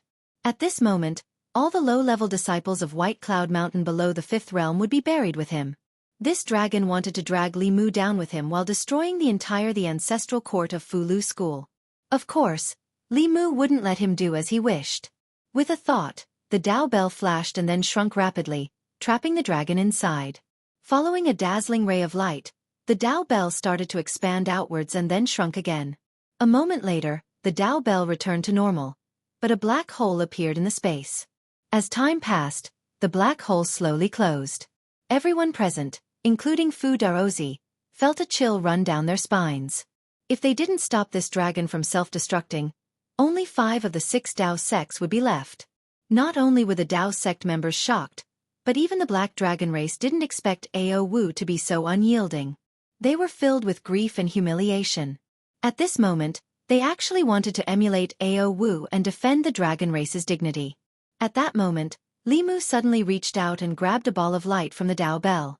He scanned the ball of light with his divine consciousness and instantly understood why Ao Wu would do such a thing. This dragon called Ao Wu was no longer the prodigy of the Black Dragon race from the very beginning. His memories had been forcefully erased, and he had received another person's memories. This person's identity was a trusted subordinate of Xianming from 10,000 years ago. Back then, not only did the Demon Dao ancestors inherit their memories, but also their own trusted subordinates. He was under Xianming's orders to sow discord between the Black Dragon race and Li Mu. As the strongest dragon race in the 4 seas, becoming enemies with the Black Dragon race was almost equivalent to provoking another Xuanzong. However, even Xianming didn't know that the method Li Mu had originally prepared for them had coincidentally been used here. He waved his hand and threw that ball of light to Ao Feng. "A bunch of stupid dragons. Take a look for yourselves." When he saw that ball of light, Ao Feng felt that something was amiss. At this moment, he scanned the ball of light with his divine consciousness. Scenes of Ao Wu's memories flashed before his eyes. These memories didn't belong to Black Dragon Ao Wu at all. They belonged to an old monster whose memories had been passed down for 10,000 years. He had taken over Ao Wu's body and even instigated a war between the Black Dragon race and the Fulu School. He was the main culprit behind the current situation. After Ao Feng finished reading, he was shocked and furious. He immediately shouted, "Everyone stop!" As soon as he said that, the other 3 black dragons transformed into their human forms and flew to his side. The powerful cultivators of the 5 sects also stopped for the time being. There was no way they could get the sun-shooting bow back. The most important thing now was how the Black Dragon race could save themselves. Although he was also in the wrong, Ao Feng could only push all the blame onto the dead Ao Wu. He looked at Li Mu awkwardly and said, "It's a misunderstanding. It's all a misunderstanding. We have all fallen into the demon's trap." Li Mu sneered and said, "Your entire Black Dragon race has bullied the Fulu School. Do you think you can just say that it's a misunderstanding?" Ao Feng hurriedly said, "It's all our fault. We are willing to pay some compensation." Li Mu's expression softened. Then he said, "Speaking of compensation, I have to settle it with you properly. If you didn't come to White Cloud Mountain, we didn't have to activate the teleportation formation. You have to compensate us 10 times the amount of spirit jades we used to come and go. Ao Feng immediately nodded and said, "It's only right." Li Mu continued, "Fellow Taoists and seniors from the other sects put down their sect matters and teleported here from afar. You have to compensate for the travel expenses and lost time." Although he didn't know what the travel expenses and lost time meant, Ao Feng could only nod in order to thank the Black Dragon race. "That's fine too." Li Mu continued, "Your Black Dragon race attacked our White Cloud Mountain with great fanfare and left a huge psychological scar on our disciples. This debt can't be settled with just spirit jades." Ao Feng had a bad premonition. He asked, "Then what do you want us to do?" Li Mu looked at him and said calmly, "It's very simple. Your Black Dragon race will listen to our orders from now on as atonement. After 10 years you will be set free." Ao Feng said decisively, "That's impossible. The dragon race will never be slaves." Of course, it wasn't that the dragon race would never be slaves. It was either that they weren't given enough or that they weren't threatened enough. Xianxia was an example. Li Mu shrugged and said indifferently, "Of course you can also refuse. I don't mind refining all of you into dragon corpses. I have a group of friends who are very willing to do such a thing."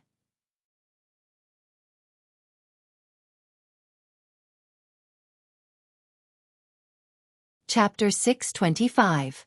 The Dragon Clan had always thought of themselves as the noblest clan in the world. Their clan's magical powers were incomparably powerful. Even a newborn dragon could fight with its breath, and its strength was comparable to a fourth-realm demon. Whether it was humans, demons, or other plant spirits, they were all inferior creatures in their eyes. How could the proud Dragon Clan listen to the orders of inferior creatures? Any dragon would find it difficult to accept such humiliation. But if they did not accept it, the Black Dragon Clan would be exterminated today. When the human in front of him said that he would refine them into dragon corpses, his expression did not change.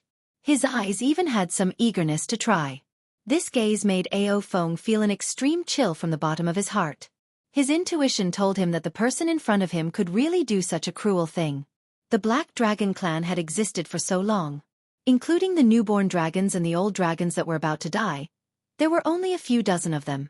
In order to take back the sun-shooting bow, he had mobilized the entire clan's powerhouses. If all of them died here, leaving only the old and weak in the clan, the Black Dragon Clan would not be far from extinction. He finally sighed helplessly in his heart and asked Li Mu, 10 years. Li Mu nodded and confirmed, 10 years. The current situation of the continent was changing rapidly. Many things could happen in 10 years. The strength of these black dragons could not be underestimated. 10 years was 10 years.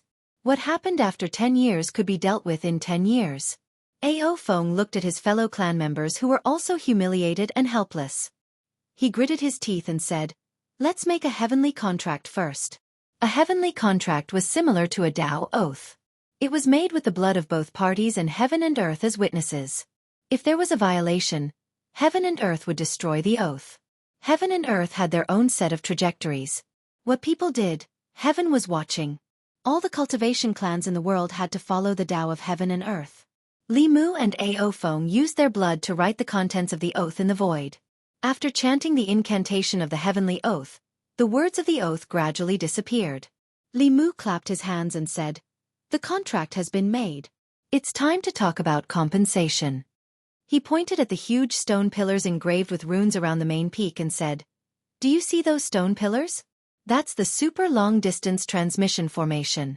Every time it's activated, it costs 1,000 upper-grade spiritual jades. 10 times the compensation would be 10,000, and a round trip would be 20,000. 4 stone pillars would be 80,000. Plus the travel expenses of the seniors of the various sects and the loss of time, it would be 100,000. Do you want to pay now or in installments?" Ao Feng widened his dragon eyes and asked, "How? How many?" Li Mu cleared his throat and said, 100,000 upper-grade spiritual jades, not one more, not one less. The expression on Ao Feng's face was beyond shocked. That was 100,000 upper-grade spiritual jades, not middle-grade spiritual jades, not low-grade spiritual jades, and not even stones. What kind of teleportation array would consume so many spiritual jades? Extortion. This was blatant extortion. Li Mu knew what he was thinking. He was indeed extorting them, but they had finally met the biggest spendthrift in the 10 continents. How could they let him go so easily? The Dragon Clan was the most greedy and the most stingy clan. Li Mu often heard from Xianxia that the elders of the clan slept on mountains piled with spiritual jades. The Black Dragon Clan was definitely wealthier than the 5 factions combined. Ao Feng's face was gloomy. This person was obviously taking advantage of the situation. However, he had no choice but to lower his head. 100,000 upper-grade spiritual jades was an unimaginable number for others. Although he would feel the pinch, it was not to the extent of hurting him. He gritted his teeth and squeezed out a few words. 100,000 it is. However, I don't have so many spiritual jades with me. I have to go back to the West Sea Dragon Palace to get them. Li Mu's eyes lit up and said, "All right, I will go back with you. At the same time, I will calculate the compensation for my White Cloud Mountain disciple's psychological damage." When Ao Feng saw the light in Li Mu's eyes, he suddenly had an extremely bad premonition. He regretted going to the West Sea Dragon Palace in advance. He hurriedly said, "No need, I will go back alone." Li Mu smiled and said, "Don't stand on ceremony. I have never been to the Dragon Palace before. I will go and broaden my horizons." Ao Feng shook his head and said, "There is really no need." Li Mu smiled and said, Of course. The various clans of humans and demons occupied the 10 continents. The vast oceans were occupied by the Dragon Clan of the 4 Seas. The Dragon Clan was not a unified clan. The Dragon Clan of the 4 Seas was divided into the Black Dragon Clan, Silver Dragon Clan, White Dragon Clan, and Azure Dragon Clan. Among them, the Black Dragon Clan occupied the West Sea, while the North Sea was the territory of the Silver Dragon Clan. The Azure Dragon Clan and White Dragon Clan were active in the South Sea and East Sea. There were also great conflicts between the Dragon Clan. The division between the Dragon Clan was even more serious than that between humans and demons. It had even evolved into a chain of contempt. Among them, the most powerful Black Dragon Clan stood at the top of the Dragon Clan's despise chain. They believed that all dragons of other colors were inferior dragons. Next was the Silver Dragon Clan. The White Dragon and Green Dragon Clan were at the bottom of the Dragon Clan's despise chain. Li Mu had seen this in Ao Qing's diary. 10,000 years ago, the Dragon Clan's racial discrimination existed. Therefore, it was even more precious for him to become the king of the Dragon Clan as an Azure Dragon. Legends about him had been passed down in the Dragon Clan for 10,000 years. Although Li Mu felt that this discrimination was not right, he was also glad that it existed. The Dragon Clan's individual strength was extremely strong, but there were too few of them. There were billions of humans and over 100 million demons on the continent. However, the Dragon Clan of the 4 Seas only added up to a little over 100. They were born at the middle stage. Their bodies were strong, their abilities were heaven-defying, and their cultivation speed was fast. Their only weakness was that it was extremely difficult for them to reproduce. Even so, the Black Dragon Clan's strength was comparable to the 2 Taoist sections. If the Dragon Clan of the 4 Seas did not have the racial discrimination engraved in their blood, they would unite into a unified Dragon Clan. If another 8th Realm expert appeared in the Dragon Clan, the ruler of the continent would undoubtedly be the Dragon Clan. In today's world, there were not many people like Li Mu who knew the origin of the Dragon Clan. Like the ancient beasts, they were once the enemies of the human clan. In terms of life form, they were superior to humans and demons. They were the only ancient beasts that were still alive on the continent.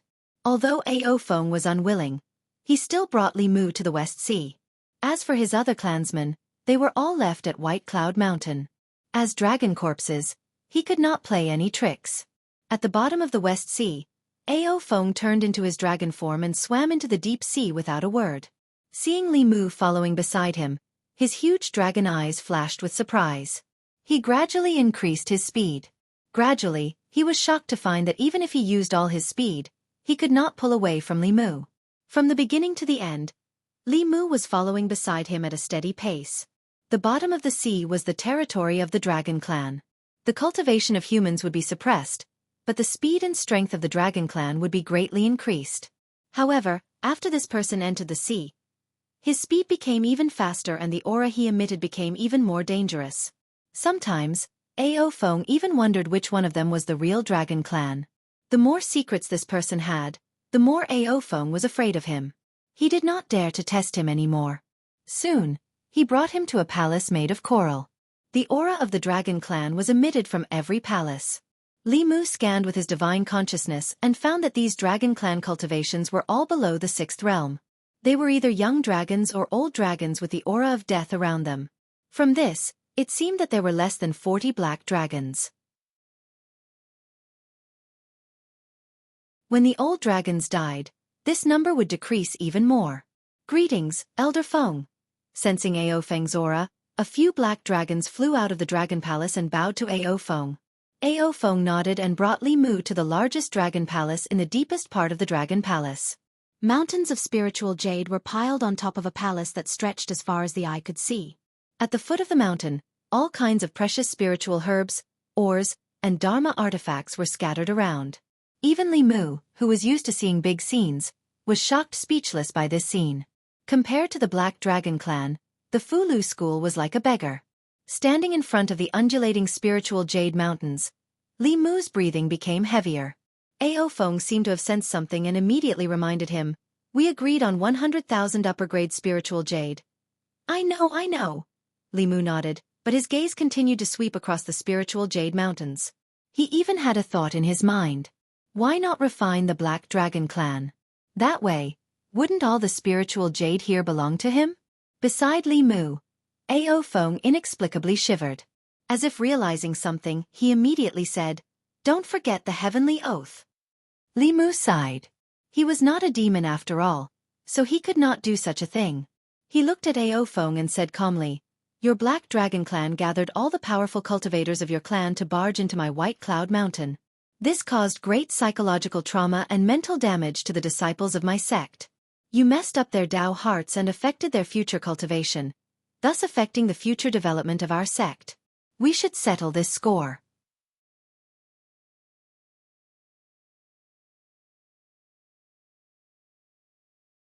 Chapter 626. After discovering that after seeing these treasures, Li Mu started to become overbearing.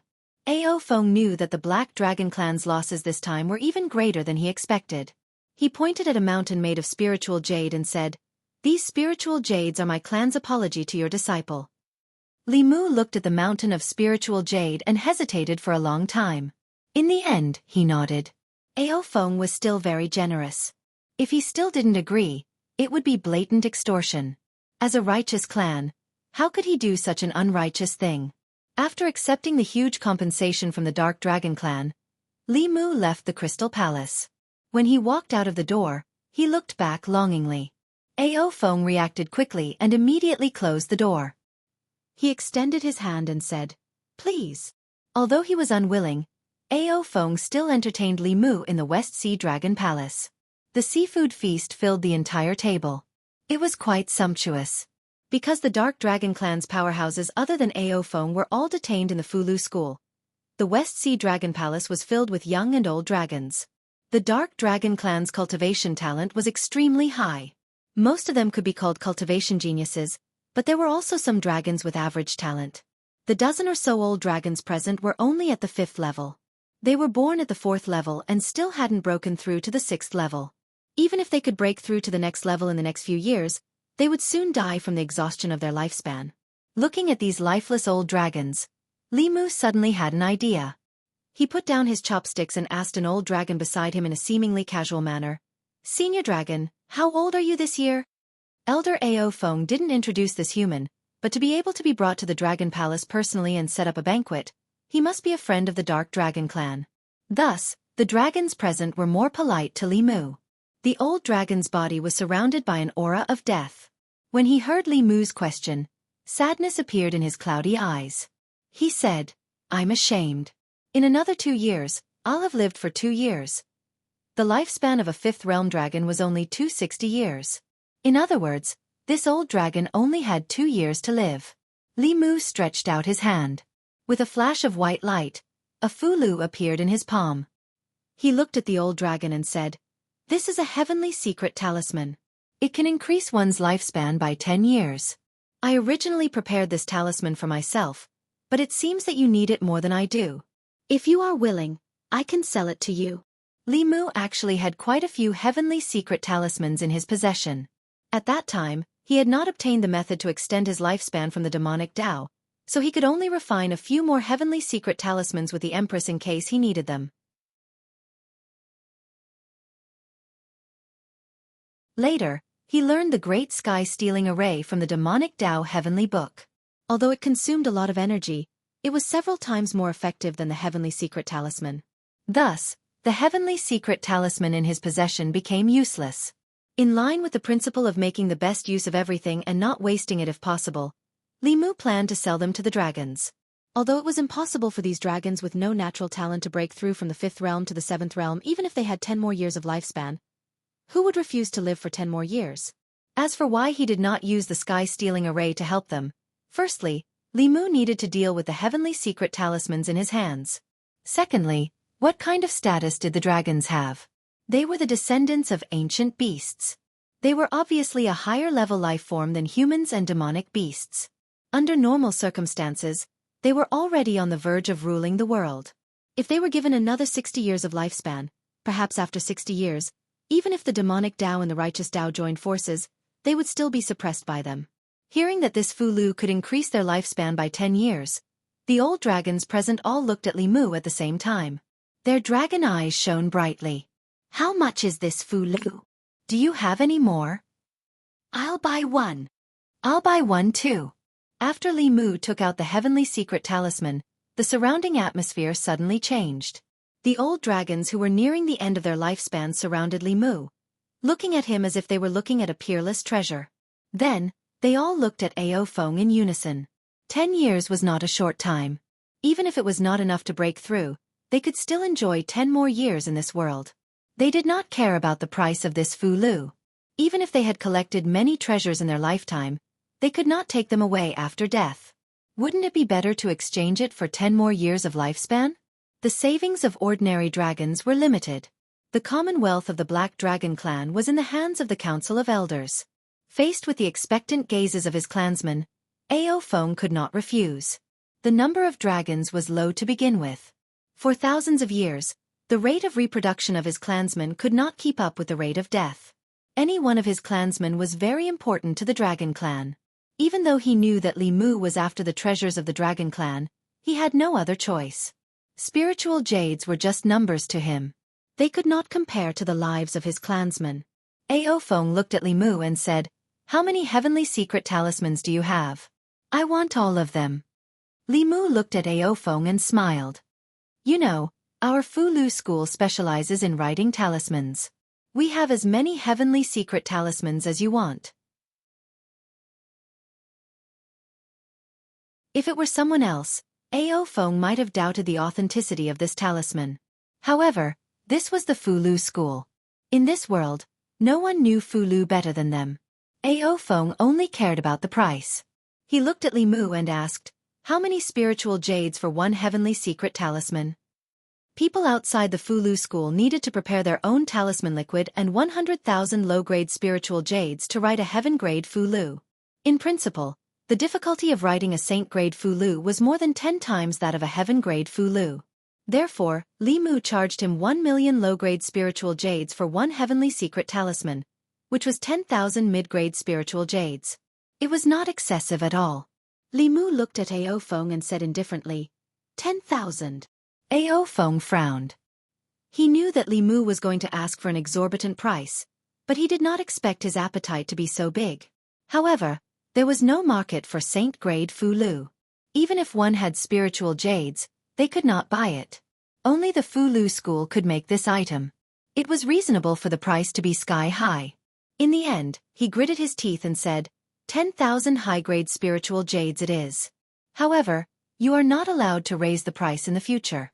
The heavenly secret talisman will be provided to our dragon clan first. Actually, Li Mu didn't hear Ao Feng's last sentence clearly. His mind was filled with the 10,000 high-grade spiritual jades that Ao Feng said. The 10,000 high-grade spiritual jades he said were mid-grade spiritual jades. 10,000 high-grade spiritual jades for a Fu Lu. Even if it was a saint-grade Fu Lu, anyone who heard it would think that the buyer was crazy. Even Li Mu did not come back to his senses for a moment. The dragon clan was rich and their default unit of spiritual jades was actually high-grade spiritual jades. In front of Li Mu and the others, they were like beggars who had never seen the world. But thinking about it, although humans and demons occupied land, the ocean was more than 10 times the size of land. The resources at the bottom of the ocean were more abundant. As the master of the ocean, the dragon clan monopolized the resources of the ocean. Who could be richer than them? Ao Feng misunderstood his shock and immediately said, 10,000 spiritual jades, you can't go back on your word. Li Mu came back to his senses and said, I won't go back on my word. If I say 10,000, then 10,000. Originally, according to our Fu Lu school's rules, you have to provide the talisman fluid for the talisman. This time, the talisman fluid can be provided by our Fu Lu school. He sold 10,000 high-grade spiritual jades for a talisman. If they had to provide the talisman fluid, he would not feel at ease holding on to the spiritual jades. Unexpectedly, Ao Feng waved his hand and flatly refused. No need. The rules you have for others are the rules for us. If outsiders know, they will think that our dragon clan is so poor that we can't afford.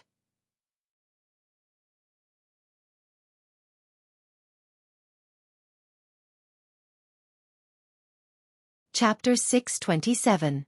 Li Mu's conscience would be uneasy if he had to provide the talisman liquid after selling it for 10,000 high-grade spiritual jades each. However, Ao Feng was so determined to not give Li Mu any leeway. He had no choice but to sigh in his heart. The world of rich dragons was not something poor people like them could understand. The dragon clan was willing to pay 10,000 high-grade spiritual jades to extend the lifespan of their clansmen by 10 years. Who knew how many spiritual jades they were willing to pay to extend the lifespan of their clansmen by 60 years? Such a generous customer might not be found in the entire cultivation world. If he were to activate the sky-stealing array for Ao Feng and those extremely talented experts of the dragon clan, Li Mu would think carefully and weigh the pros and cons. If the extra 60 years allowed them to advance to the 8th level, wouldn't he be causing trouble for himself? However, if the target was these old dragons who were still alive, Li Mu wouldn't even hesitate to kill them. Even if they were given another 60 years, they were destined to not have great achievements. Using a large amount of spiritual jades in exchange for 60 years of lifespan was naturally a waste of the dragon clan's resources. However, to an individual, living was more important than anything else. One of the most painful things in life was that when one died, one's money would still be there. It was the same for dragon life. There were countless mineral veins under the sea. To the dragon clan, spiritual jades were just stones that they could pick up anywhere. Who wouldn't be willing to exchange stones for lifespan? Li Mu initially thought that Ao Feng was showing concern for the old dragons in the clan in the spirit of humanitarianism. However, when he left the West Sea, he realized that things weren't as simple as he thought. Ao Feng, this old dragon, wasn't as stupid as Li Mu thought. In front of the dragon palace, Ao Feng looked at the group of old dragons and said, the clan spent countless resources to buy the divine secret talisman for you to extend your lifespan. I hope that you won't waste these 10 years. Before your lifespan ends, pass down another seed to the clan. Li Mu realized that Ao Feng didn't give them the divine secret talisman because he wanted them to break through before they died. Instead, he wanted them to use their remaining energy to give birth to 1 or 2 young dragons to ensure the continuation of the clan. In this matter, Li Mu had to admit that he was too narrow-minded. After returning to White Cloud Mountain with Ao Feng, Li Mu was faced with a problem. The powerhouses of the Black Dragon clan were all left at Mount Baiyun to serve them for the next 10 years. How to restrain them was a problem that needed to be solved. It was impossible for the Black Dragon clan to hand over their soul blood. The Dragon clan had their pride and dignity. Not all dragons were as unprincipled as Xianxia. Similarly, it was impossible for them to become mounts. The pride of the dragon race did not allow them to become mounts for humans. In their deep-rooted view, it was more appropriate for humans to become mounts for the dragon race.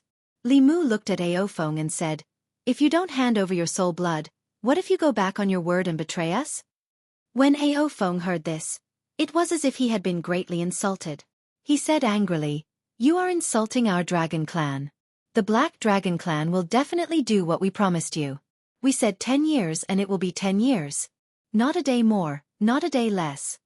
Li Mu knew the Dragon Clan very well. The Dragon Clan had always been arrogant. Naturally, they would not easily do anything that would affect the reputation of their clan. Moreover, the Dragon Clan would not give up on any of their clansmen. As long as there were Dragon Clan hostages at White Cloud Mountain, they would have to be obedient. If there was nothing to do, he would let them stay at White Cloud Mountain and wait for orders. If there was anything, he would send them. After temporarily settling the matter of the Black Dragon Clan, the next thing he had to deal with was the spiritual jades that he had traded with the Black Dragon Clan. At the main peak of the Fulu School, Xianxia, Yuzhenzi, Fu Daozi, and the two supreme elders were gathered by Li Mu. Xianxia asked solemnly, "Junior brother, you called us here. Is there something important?" Li Mu did not say anything. With a thought, he brought everyone to the Demon Emperor's cave abode. To discuss in the flask space, Li Mu's matter must be extremely important.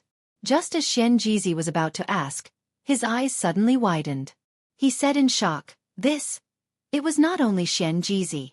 Everyone present, including the three supreme elders, widened their eyes and looked at the scene in front of them in disbelief. The surface of the lake sparkled.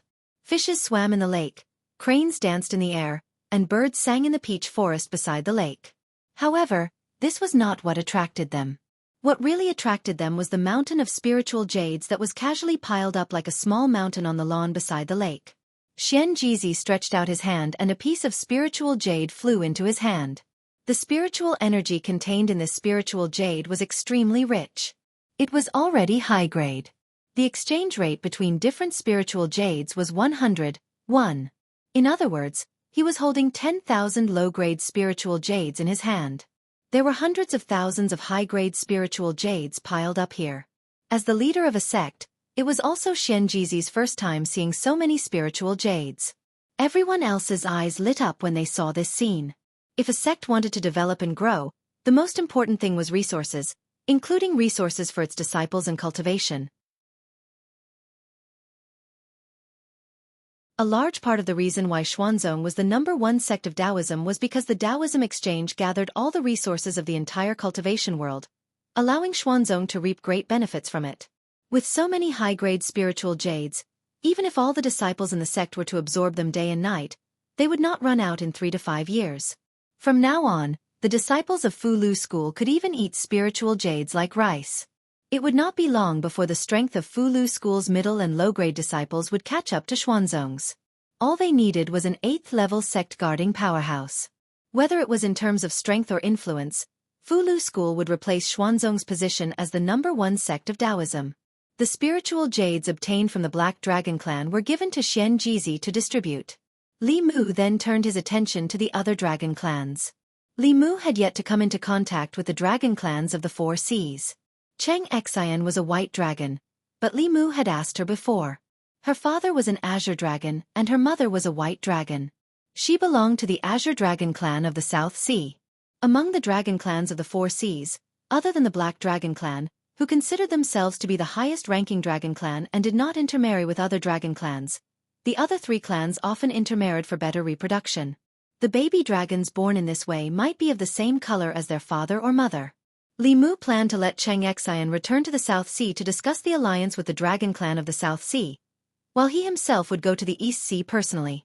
Firstly, he wanted to see the sisters Yin Xin and Ting Xin, whom he had not seen for a long time. Secondly, he could also discuss the alliance with the White Dragon Clan. The strength and talent of the Dragon Clan really made Li Mu envious. If he could completely turn a Dragon Clan into his own, perhaps it would not be long before a force that could contend with the ancestors of the demonic path would appear on his side. Li Mu first transmitted his voice to Xianxia. Unexpectedly, after Xianxia heard it, she did not hesitate at all and flatly rejected Li Mu. No, I escaped. If I go back, they will definitely force me to marry again. I won't go back, even if I die. There is food and drink here, why should I go back? It was hard to imagine that a dragon's dream was to have food and drink.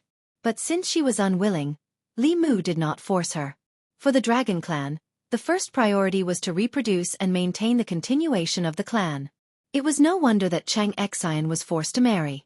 The earlier she married, the more time she had left to give birth to young dragons. It was extremely difficult for the Dragon Clan to reproduce. If every dragon clan married late and had children late, perhaps they would have gone extinct with the ancient beasts. It was no wonder that the relationship between the White Demon King and the sister's mother was opposed by the White Dragon Clan. It was not easy for the Dragon Clan to reproduce. In the end, their own daughter ran away with a snake. Which parent would not be angry? As such, Li Mu first went to the East Sea and then returned with Xianxia to visit the Dragon Clan of the South Sea. Li Mu did not know the location of the East Sea Dragon Palace. In the beginning, Ting Xin often used the spirit snail to contact him. Later, the sisters were forced by their elders to cultivate in seclusion. Li Mu had not heard from them for a long time. The sea was vast and Li Mu did not know the location of the East Sea Dragon Palace. However, the dragon clans of the four seas were in contact with each other. Li Mu asked Ao Feng to accompany him to the depths of the East Sea. After not seeing them for a long time, Li Mu also missed the pair of clingy sisters.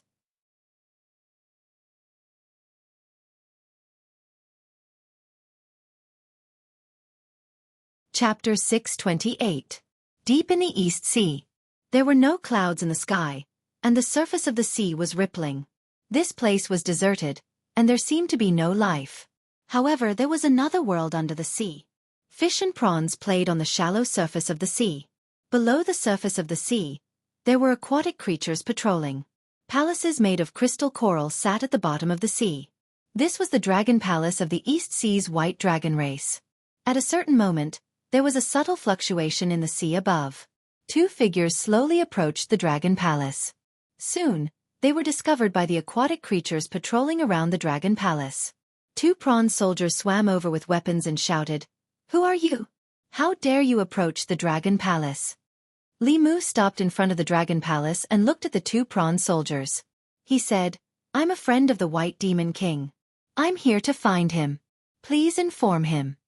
The two prawn soldiers looked at each other. One of them waved his hand and said, "What White Demon King? There is no White Demon King here. This is the Dragon Palace. Outsiders are not allowed to come close. Leave quickly, or don't blame us for being rude." This was the East Sea Dragon Palace. After Heartsong and Heart Listening's mother revived, their family came here. Even if the White Demon King wasn't in the Dragon Palace, the two prawn soldiers shouldn't have such an attitude. Li Mu didn't waste time talking to the two prawns. He scanned with his divine perception and soon found the White Demon King's aura in a palace below. He didn't hide his aura. When he scanned with his divine perception, the White Demon King also found him. Li Mu sensed that the White Demon King was about to approach him in the palace when he was suddenly blocked by something. Li Mu's figure flashed and appeared above the palace. The palace was sealed by an array. The White Demon King and Li Mu looked at each other from the array and hurriedly said, "Why are you here? Leave quickly. This isn't a place you can trespass." The White Demon King's situation was clearly different from what Li Mu had imagined. Li Mu could tell at a glance that the array's function was to imprison. His face sank slightly as he asked, "What's going on? Where are Heartsong and Heart Listening?" The White Demon King said anxiously, "There's no time to talk about this. Hurry up and leave or it'll be too late." Before he could finish his sentence, a harsh voice came from one of the palaces. "Who dares to trespass into my East Sea Dragon Palace?" A white figure flew out from the palace, heading straight for Li Mu.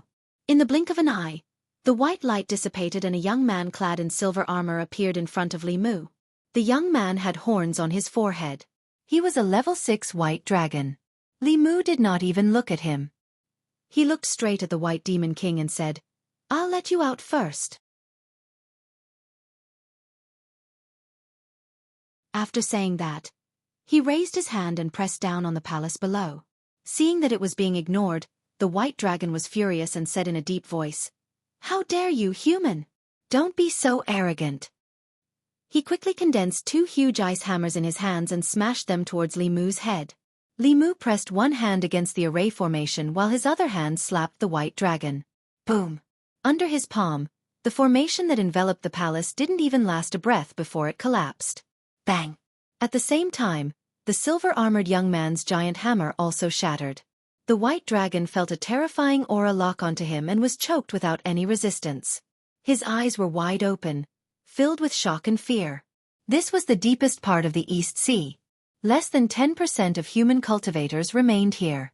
With his level 6 dragon cultivation, he didn't even fear a level 7 transcendent human. However, he couldn't even withstand a single blow from this young man. Ao Feng stood silently behind Li Mu and watched. Li Mu's attack confirmed his guess. He must have received Ao Qing and Ao Xian's inheritance. Although he still looked like a human, he was no different from a dragon. His body was extremely strong.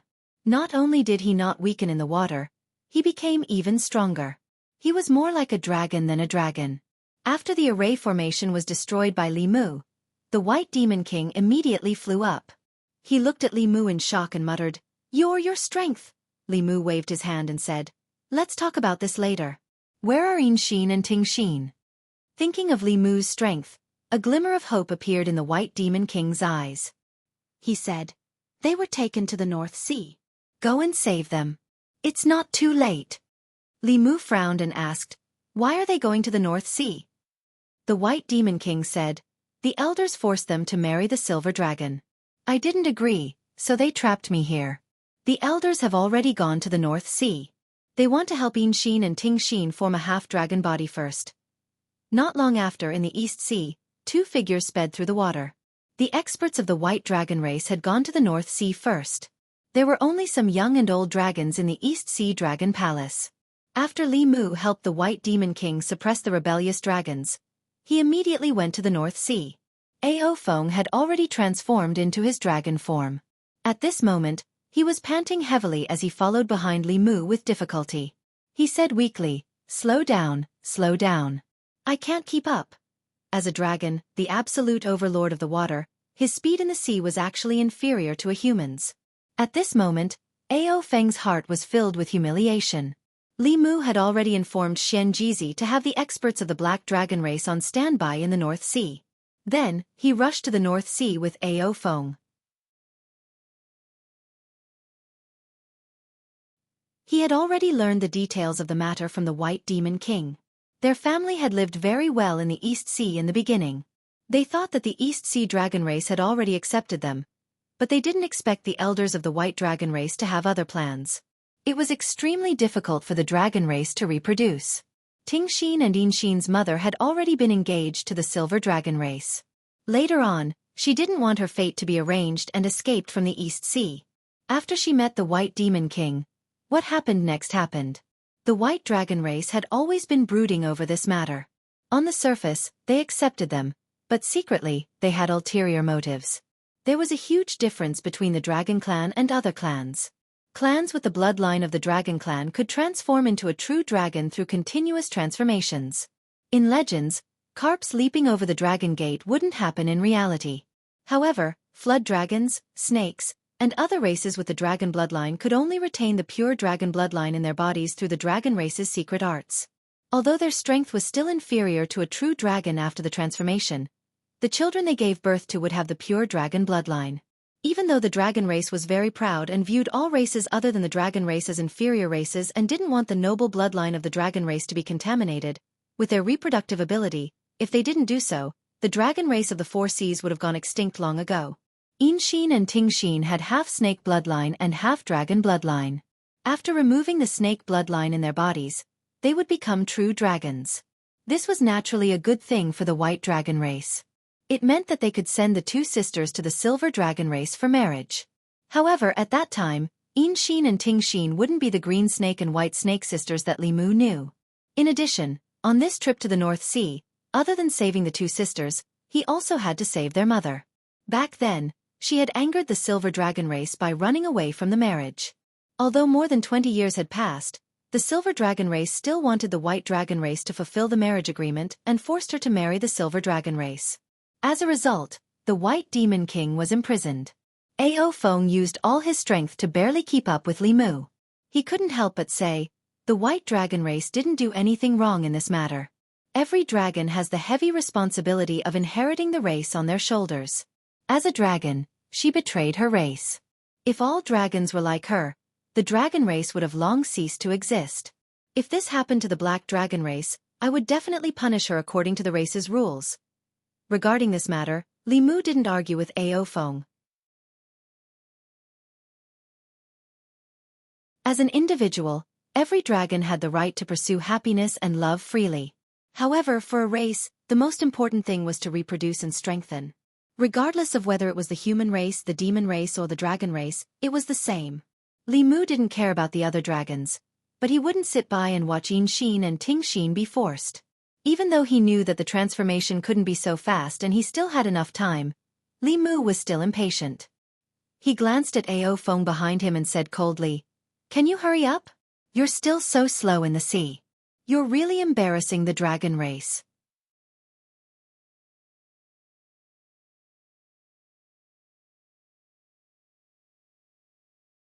Chapter 629. North Sea Dragon Palace. There were 4 major dragon clans in the 10 continents, each occupying a sea region. The Silver Dragon Clan ruled the North Sea, and the billions of water clans in the North Sea all submitted to the Silver Dragon Clan. It was a joyous day for the Silver Dragon Clan. All the water clan masters gathered near the North Sea Dragon Palace. There weren't many dragons, and it was difficult for them to reproduce. Therefore, marriage and reproduction were very important. As the overlord of the North Sea, the Silver Dragon Clan had 2 joyous occasions. All the famous water clans in the North Sea came to congratulate them. Among them, there was no lack of great demons with 6th realm aura. A human-looking old man with a turtle shell on his back walked to the Dragon Palace. After the god recorded it, he said loudly, "Surging Waves Island's Master Roshi sends a spiritual armor." Then, a skinny man with a human head and a human body with 8 tentacles and a muscular man with a black dorsal fin on his back walked over. Commander Mo Yuanzhong sends 100,000 spiritual jades. White Shark Clan sends 10 beauties. The North Sea Water Clan masters all gave their gifts and walked into the Dragon Palace. This time, the Silver Dragon King and the 3rd Prince were getting married at the same time. It was a rare happy occasion for the Silver Dragon Clan. They were connected by marriage to the White Dragon Clan of the East Sea. It was said that the Silver Dragon King, who was still the Crown Prince at the time, had a marriage agreement with a White Dragon Clan more than 20 years ago. However, the White Dragon had escaped before the wedding. This incident had once made the Silver Dragon Clan a laughingstock in the North Sea. Now that more than 20 years had passed, the White Dragon Lady of the Dragon Clan had returned to the clan, and the 2 clans had brought forward the matter of the past. However, after so many years, the Dragon Lady had married into the Silver Dragon Clan again, and her status was naturally not as high as before. The Silver Dragon King was already at the 7th realm, and he already had several spouses. He only married a dragon girl from the White Dragon Clan for the sake of procreation. However, all the sovereigns of the Dragon Clan had to think of ways to pass down their outstanding bloodline, so the more spouses they had, the better. In addition, the Silver Dragon 3rd Prince was also going to marry a pair of sisters. These 2 sisters were of the Snake Clan and had half of the Dragon Clan's bloodline. After purifying their bloodline, they could give birth to children with pure Dragon Clan's bloodline. Dragon ladies were very rare, and most of them were already partners of the same clan. Partial Dragon Clan members like the 3rd Dragon Prince could only marry these half-dragons with impure bloodlines. Deep in the North Sea Dragon Palace, 2 silver dragons stood in front of a dragon palace, guarding the entrance. Inside the dragon palace, a woman stood there with a desolate figure. Beside her was a couple from the dragon tribe. The dragon tribe elder sighed and said, "If I had known that this was the elder's trap, I wouldn't have let you come back. We wouldn't have ended up in this situation." The old woman also sighed and said, "I pity those 2 children." In the corner of the dragon palace, Xianxia and Tingxin stood there. One was in a daze while the other looked depressed. Bai Tingxin originally thought that she had found her family after following her parents to the East Sea. She did not expect that not only were her movements restricted by them, but even the spirit conch used to contact Li Mu had been snatched away. Bai Tingxin gritted her teeth. If she had known this would happen, she would have taken more initiative and settled the matter earlier. If she had settled Li Mu at that time, she would not have returned to the East Sea, and the current situation would not have happened. Sigh, they had not contacted each other for so long. She did not know if he missed them or if he had come to look for them. The East Sea was so big. Without someone to lead the way, he would definitely not be able to find them. In the center of the hall, the dragon tribe elder looked at his daughter who seemed to have lost her soul. A trace of sorrow appeared in his eyes. After a long time, he seemed to have made a decision and said in a low voice, "For so many years, I have been thinking for the dragon tribe. Today, I want to do something for my daughter. Boom! In the North Sea Dragon Palace, one of the dragon palaces suddenly collapsed. Several figures flew out from it.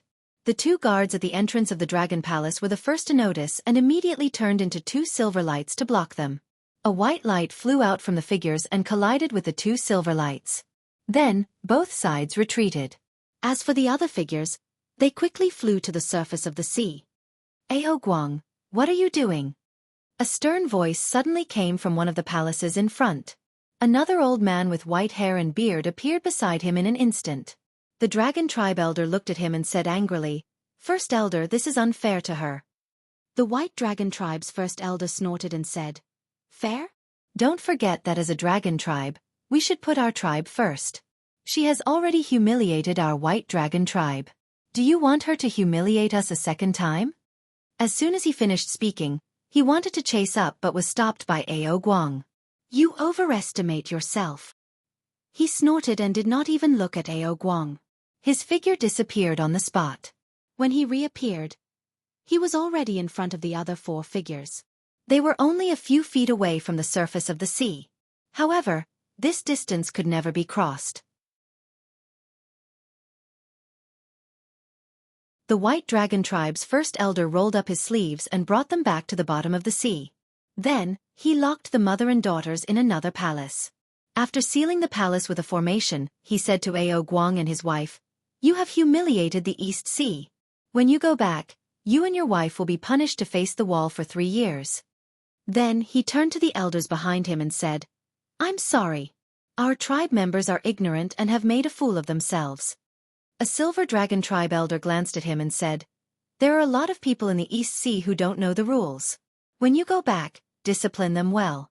Before you discipline them, don't let them come out and humiliate us again." The White Dragon tribe's first elder's expression was a little unnatural. However, the Silver Dragon tribe was stronger than the White Dragon tribe. He could only smile apologetically and said, "I will discipline them well." At this time in a palace, a woman held Xianxian and Xianxian's hands and said guiltily, "It's mother who has implicated you." Xianxian collected her disappointment and shook her head. "Mother, don't say that. You also fell into their trap." Xianxian sighed and murmured, "Are we really not fated to be together in this life?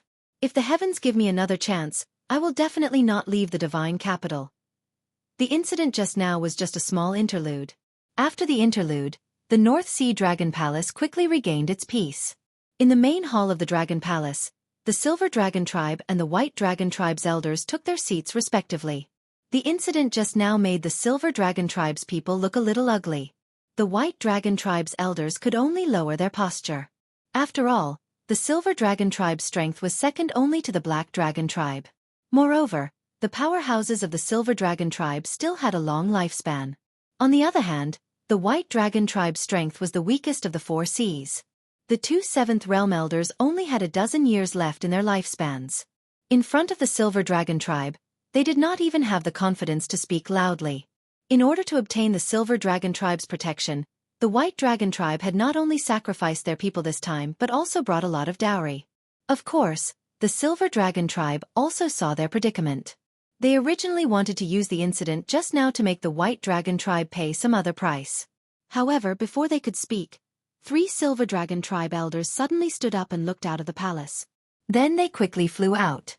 The 2 Seventh Realm Elders of the White Dragon Tribe also sensed something and flew out with the Silver Dragon Tribe. The seawater in the distance was deep and serene. In the eyes of other Water Tribe members, there was nothing there. However, in the eyes of the Dragon Tribe's powerhouses, there were 5 black giant dragons in the distant seawater rushing towards them. The first elder of the White Dragon Tribe looked to his side and asked in surprise, "You invited the Black Dragon Tribe?" The first elder of the Silver Dragon Tribe shook his head and said in surprise, "No, I thought you invited them." The first elder of the White Dragon Tribe was puzzled. "Then why are they here? To congratulate us?" The Silver Dragon Tribe's reputation is so great that even the Black Dragon King and the 4 elders of the Wind, Rain, Thunder, and Lightning Tribe personally came to congratulate us.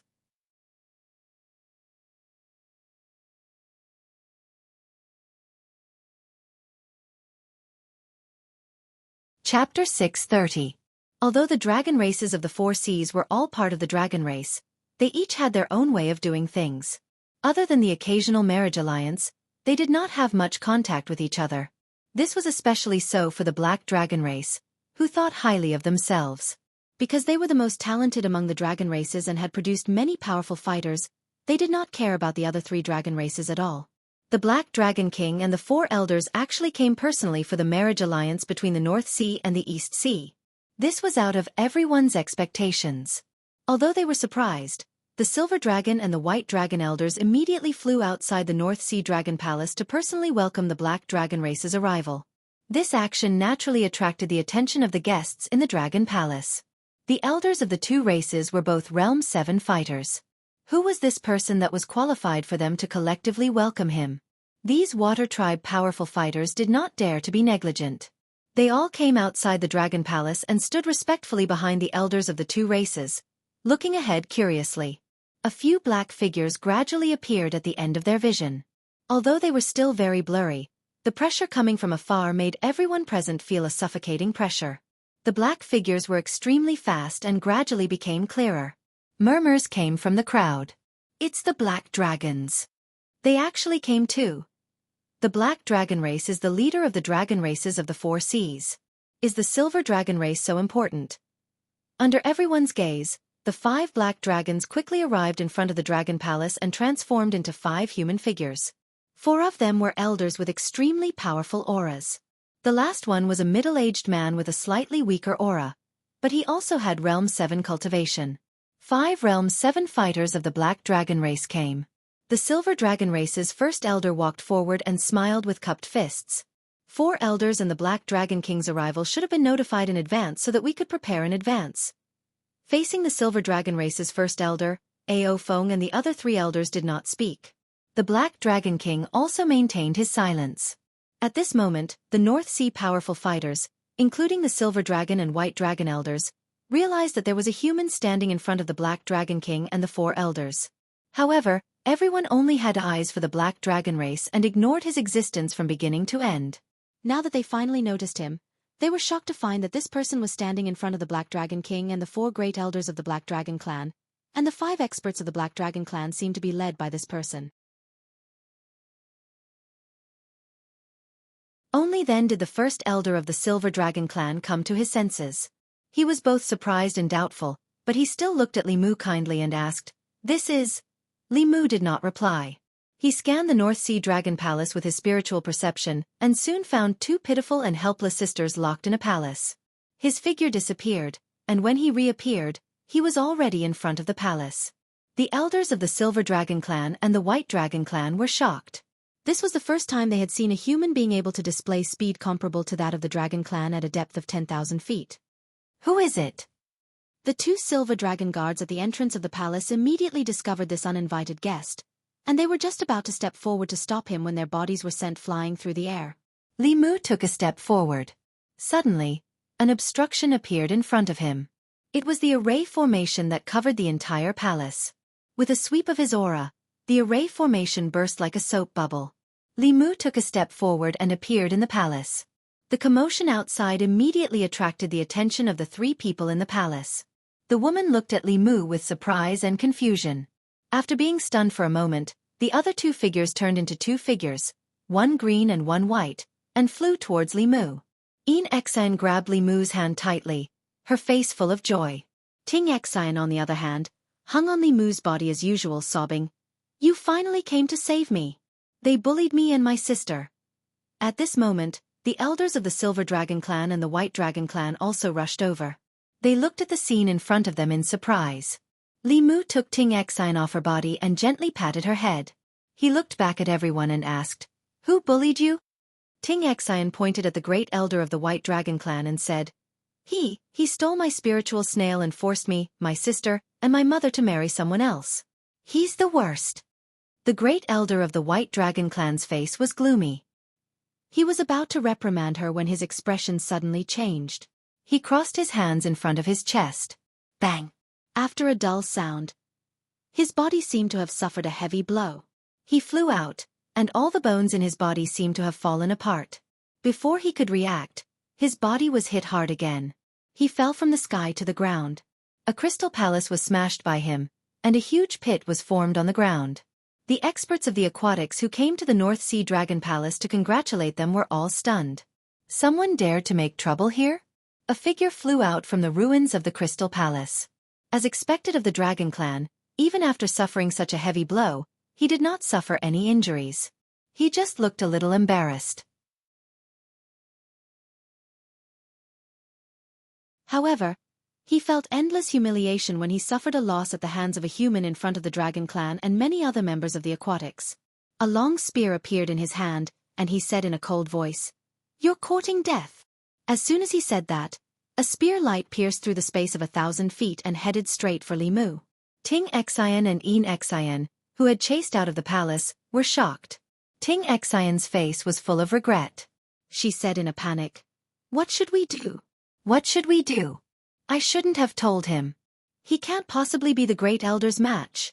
Ao Feng glanced at her and said indifferently, "Don't worry. If Ao Yuan was his match, he wouldn't be in such a sorry state." Ao Feng knew very well that although Ao Yuan was older, his strength was only that of an ordinary 7th-level dragon. He could barely win against an ordinary 7th-level human. It was undoubtedly impossible for him to win against Li Mu. No one below the 8th level was his match, whether on land, in the sky, or under the sea.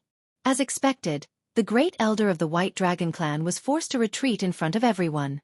The aquatics and dragons present could not believe that a human could suppress a 7th-level dragon at the bottom of the North Sea. Seeing this, the other White Dragon Clan elder was about to make a move.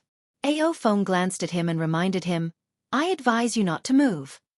At this moment, Li Mu was barehanded. The great elder of the White Dragon Clan seemed to be taking a beating, but it was all physical pain. If they forced Li Mu to take out that spear or that bow, they would have to endure more than physical pain. However, the elder of the White Dragon Clan obviously did not listen to Ao Feng's words and joined the battle in the next moment. Then, everyone saw a dazzling green light appear from the human's hand and land heavily on the elder of the White Dragon Clan. Boom! He came quickly and left even faster. His body was sent flying by a spear, and another crystal palace was turned into ruins. The Silver Dragon Clan elder and Silver Dragon King's expressions were ugly. This human caused trouble in the North Sea Dragon Palace. He clearly did not give the Silver Dragon Clan any face. No matter what, they could not let him continue like this. The Silver Dragon King took a step forward. Ao Feng spoke again. "I advise you again. It's best if you don't move." The Silver Dragon King glanced at him and still rushed toward Li Mu without hesitation. Whoosh! Midway through his flight, a simple and unadorned bow appeared in Li Mu's hand, and he shot an arrow without hesitation. Before touching the human, the Silver Dragon King felt a strong sense of danger. This arrow made it impossible for him to retreat or dodge. He only had time to transform into his dragon form and forcefully block it with the strong body of the Dragon Clan.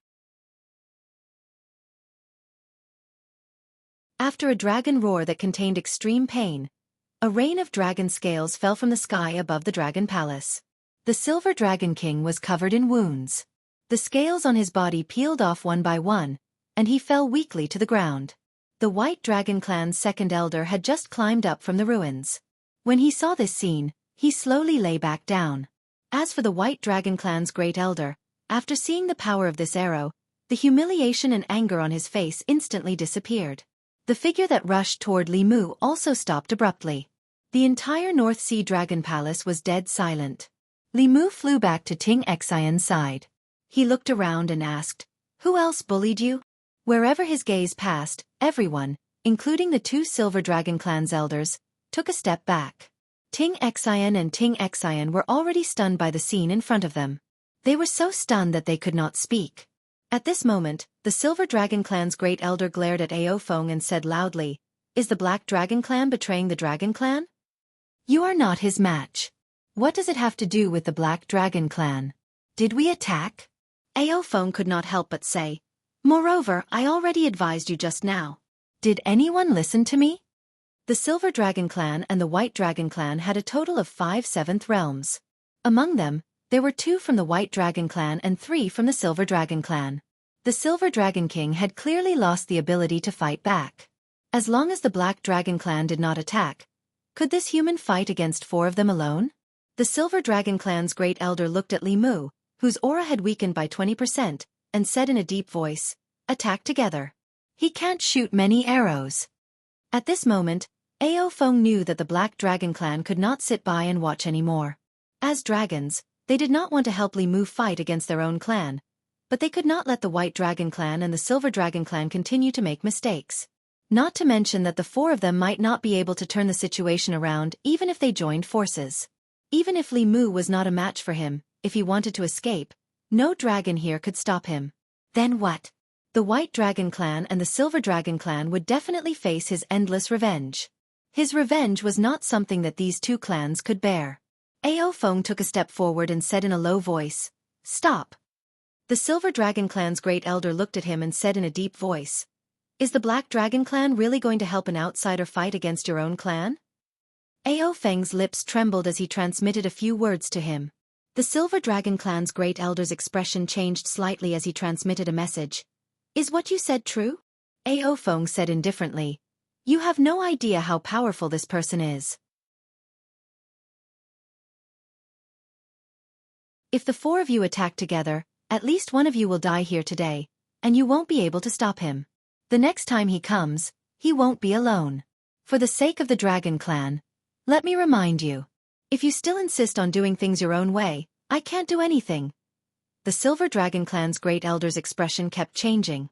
Ao Feng saw that he wanted to retreat, so he took the initiative to say, "Fighting will hurt the harmony. How about this, everyone give me some face and sit down to talk."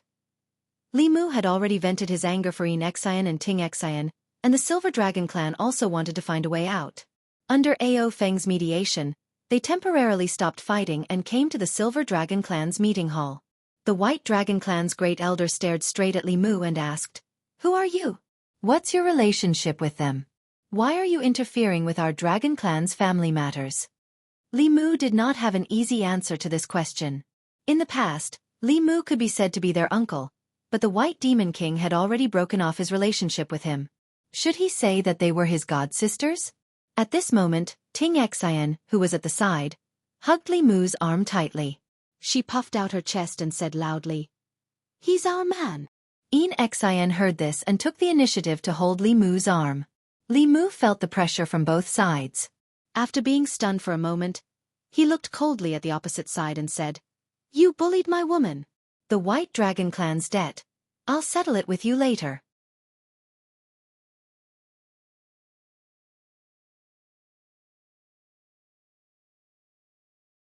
Chapter 631. Li Mu spoke confidently. His aura was so oppressive that the elders of the Azure Dragon and White Dragon could not raise their heads. Xianxia and Xianxia's actions reminded Li Mu that the two sisters had the bloodline of the dragon race and could be considered half a member of the dragon race.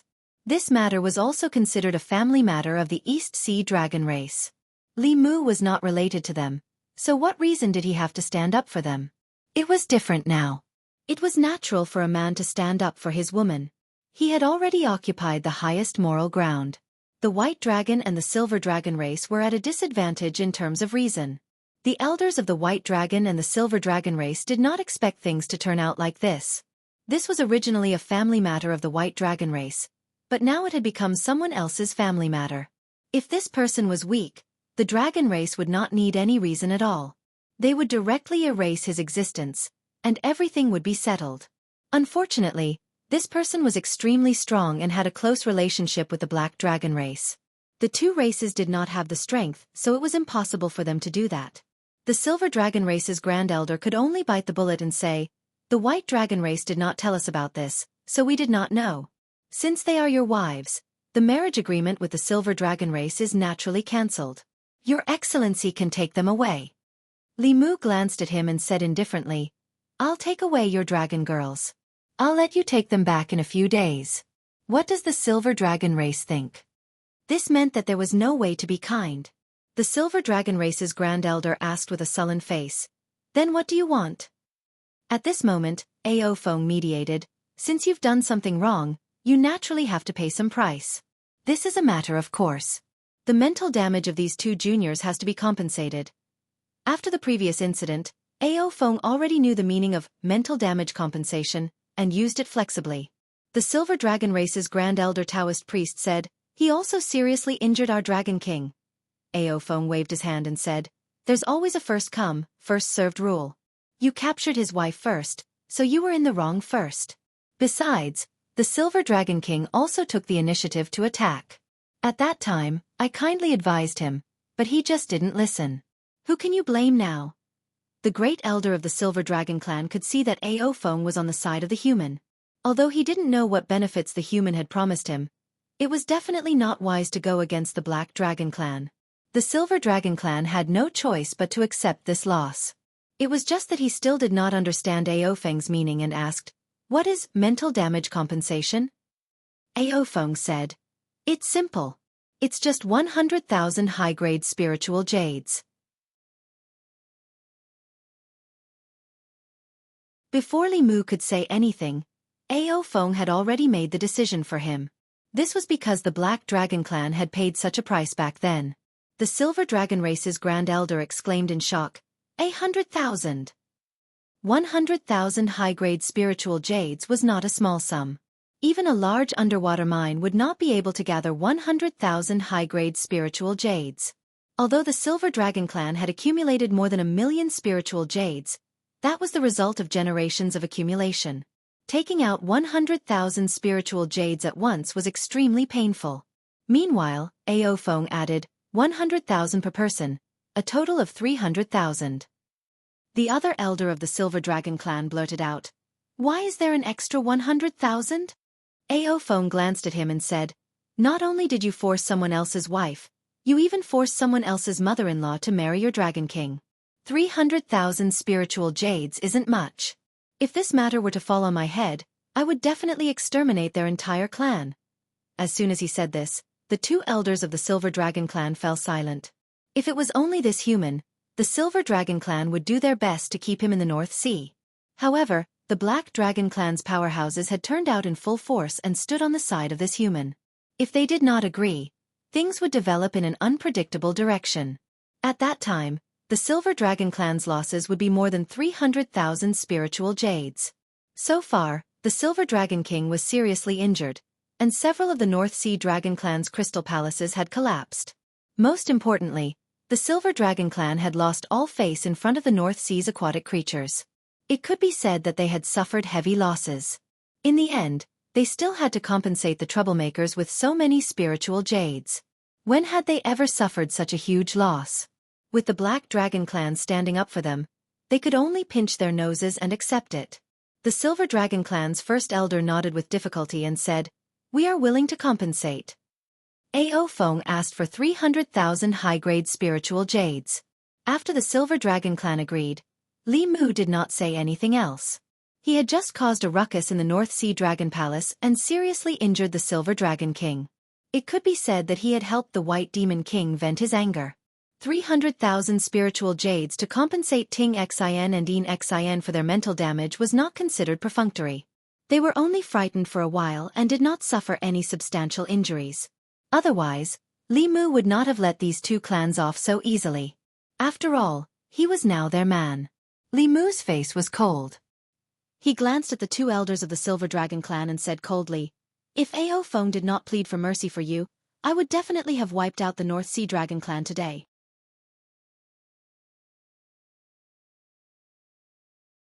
Beside him, the two sisters, Yin Xin and Ting Xin, were holding his arm. Their eyes were shining, especially Ting Xin, who was staring straight at Li Mu. Her eyes were full of affection, and she was unwilling to look away for even a moment. Ao Feng was also stunned for a moment. He did not expect Li Mu to care about his face. If anyone else said that they would wipe out the North Sea Dragon clan, Ao Feng would laugh because it was a fool's dream. Since ancient times, no human had been able to defeat the Dragon clan in the sea. However, the man in front of him really had the strength. Li Mu glanced at the two elders of the White Dragon clan. Ao Feng immediately understood. He looked at the two elders of the White Dragon clan and said, "And you too. Outsiders don't dare to bully you, but you only dare to bully your own clansmen. You have embarrassed the Dragon clan. Take out 300,000 spiritual jades and this matter will be settled. Otherwise, no matter what happens in the future, I will not help you." He was not doing this for Li Mu's sake. He just felt that it was unfair. The Black Dragon clan had offended Li Mu and paid a painful price. It also made his heart ache. Seeing the White Dragon clan and Silver Dragon clan suffer the same thing as them, he felt much better. Even the Silver Dragon clan had surrendered. The White Dragon clan only had 2 elders who did not have much lifespan left. It was even more impossible for them to go against Ao Feng's wishes. They could only grit their teeth and accept it. Li Mu originally wanted to form an alliance with the Dragon clan of the 4 seas. However, it seemed that an alliance was impossible. After witnessing the strength of the Silver Dragon clan and White Dragon clan, Li Mu did not have any intention of forming an alliance with them. He thought that there might be differences in strength between the dragon clans of the 4 seas, but it should not be too big. He did not expect that only the Black Dragon clan's strength was passable. The Silver Dragon King and the 2 elders were all trash. The White Dragon clan was even worse. They only had 2 7th-level elders, and it was obvious that they did not have much lifespan left. It was meaningless to form an alliance with them. After receiving compensation for the 2 sisters' psychological damage from the Silver Dragon clan, Li Mu brought them back to the East Sea. He was going to take 300,000 spiritual jades from the East Sea Dragon clan before leaving with them. Although the East Sea was their home in a sense, the Dragon clan did not have any human feelings in order to reproduce. It was better not to stay in such a home. In the East Sea Dragon Palace, Li Mu received 300,000 spiritual jades from the White Dragon clan. The White Demon King held his wife's hand. Xianxia and Xianxia's mother looked at the Dragon clan couple behind them and said, "Father, Mother, leave the East Sea with us." Xianxia followed and said, "Grandfather, Grandmother, leave with us." Ao Guang shook his head and said, "No need. We were born in the East Sea and grew up in the East Sea. We don't want to leave here. Besides, we don't have many years left. The bottom of the East Sea is our home." Li Mu had heard the 2 sisters mention more than once that their grandfather and grandmother were very good to them.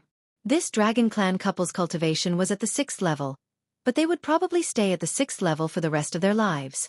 Unlike Xian and Xian, they had a strong sense of belonging to the East Sea Dragon clan.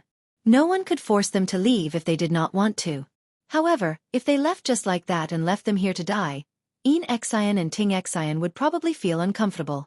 Li Mu thought for a moment, then pointed at a palace behind him and said, "The 2 of you come with me.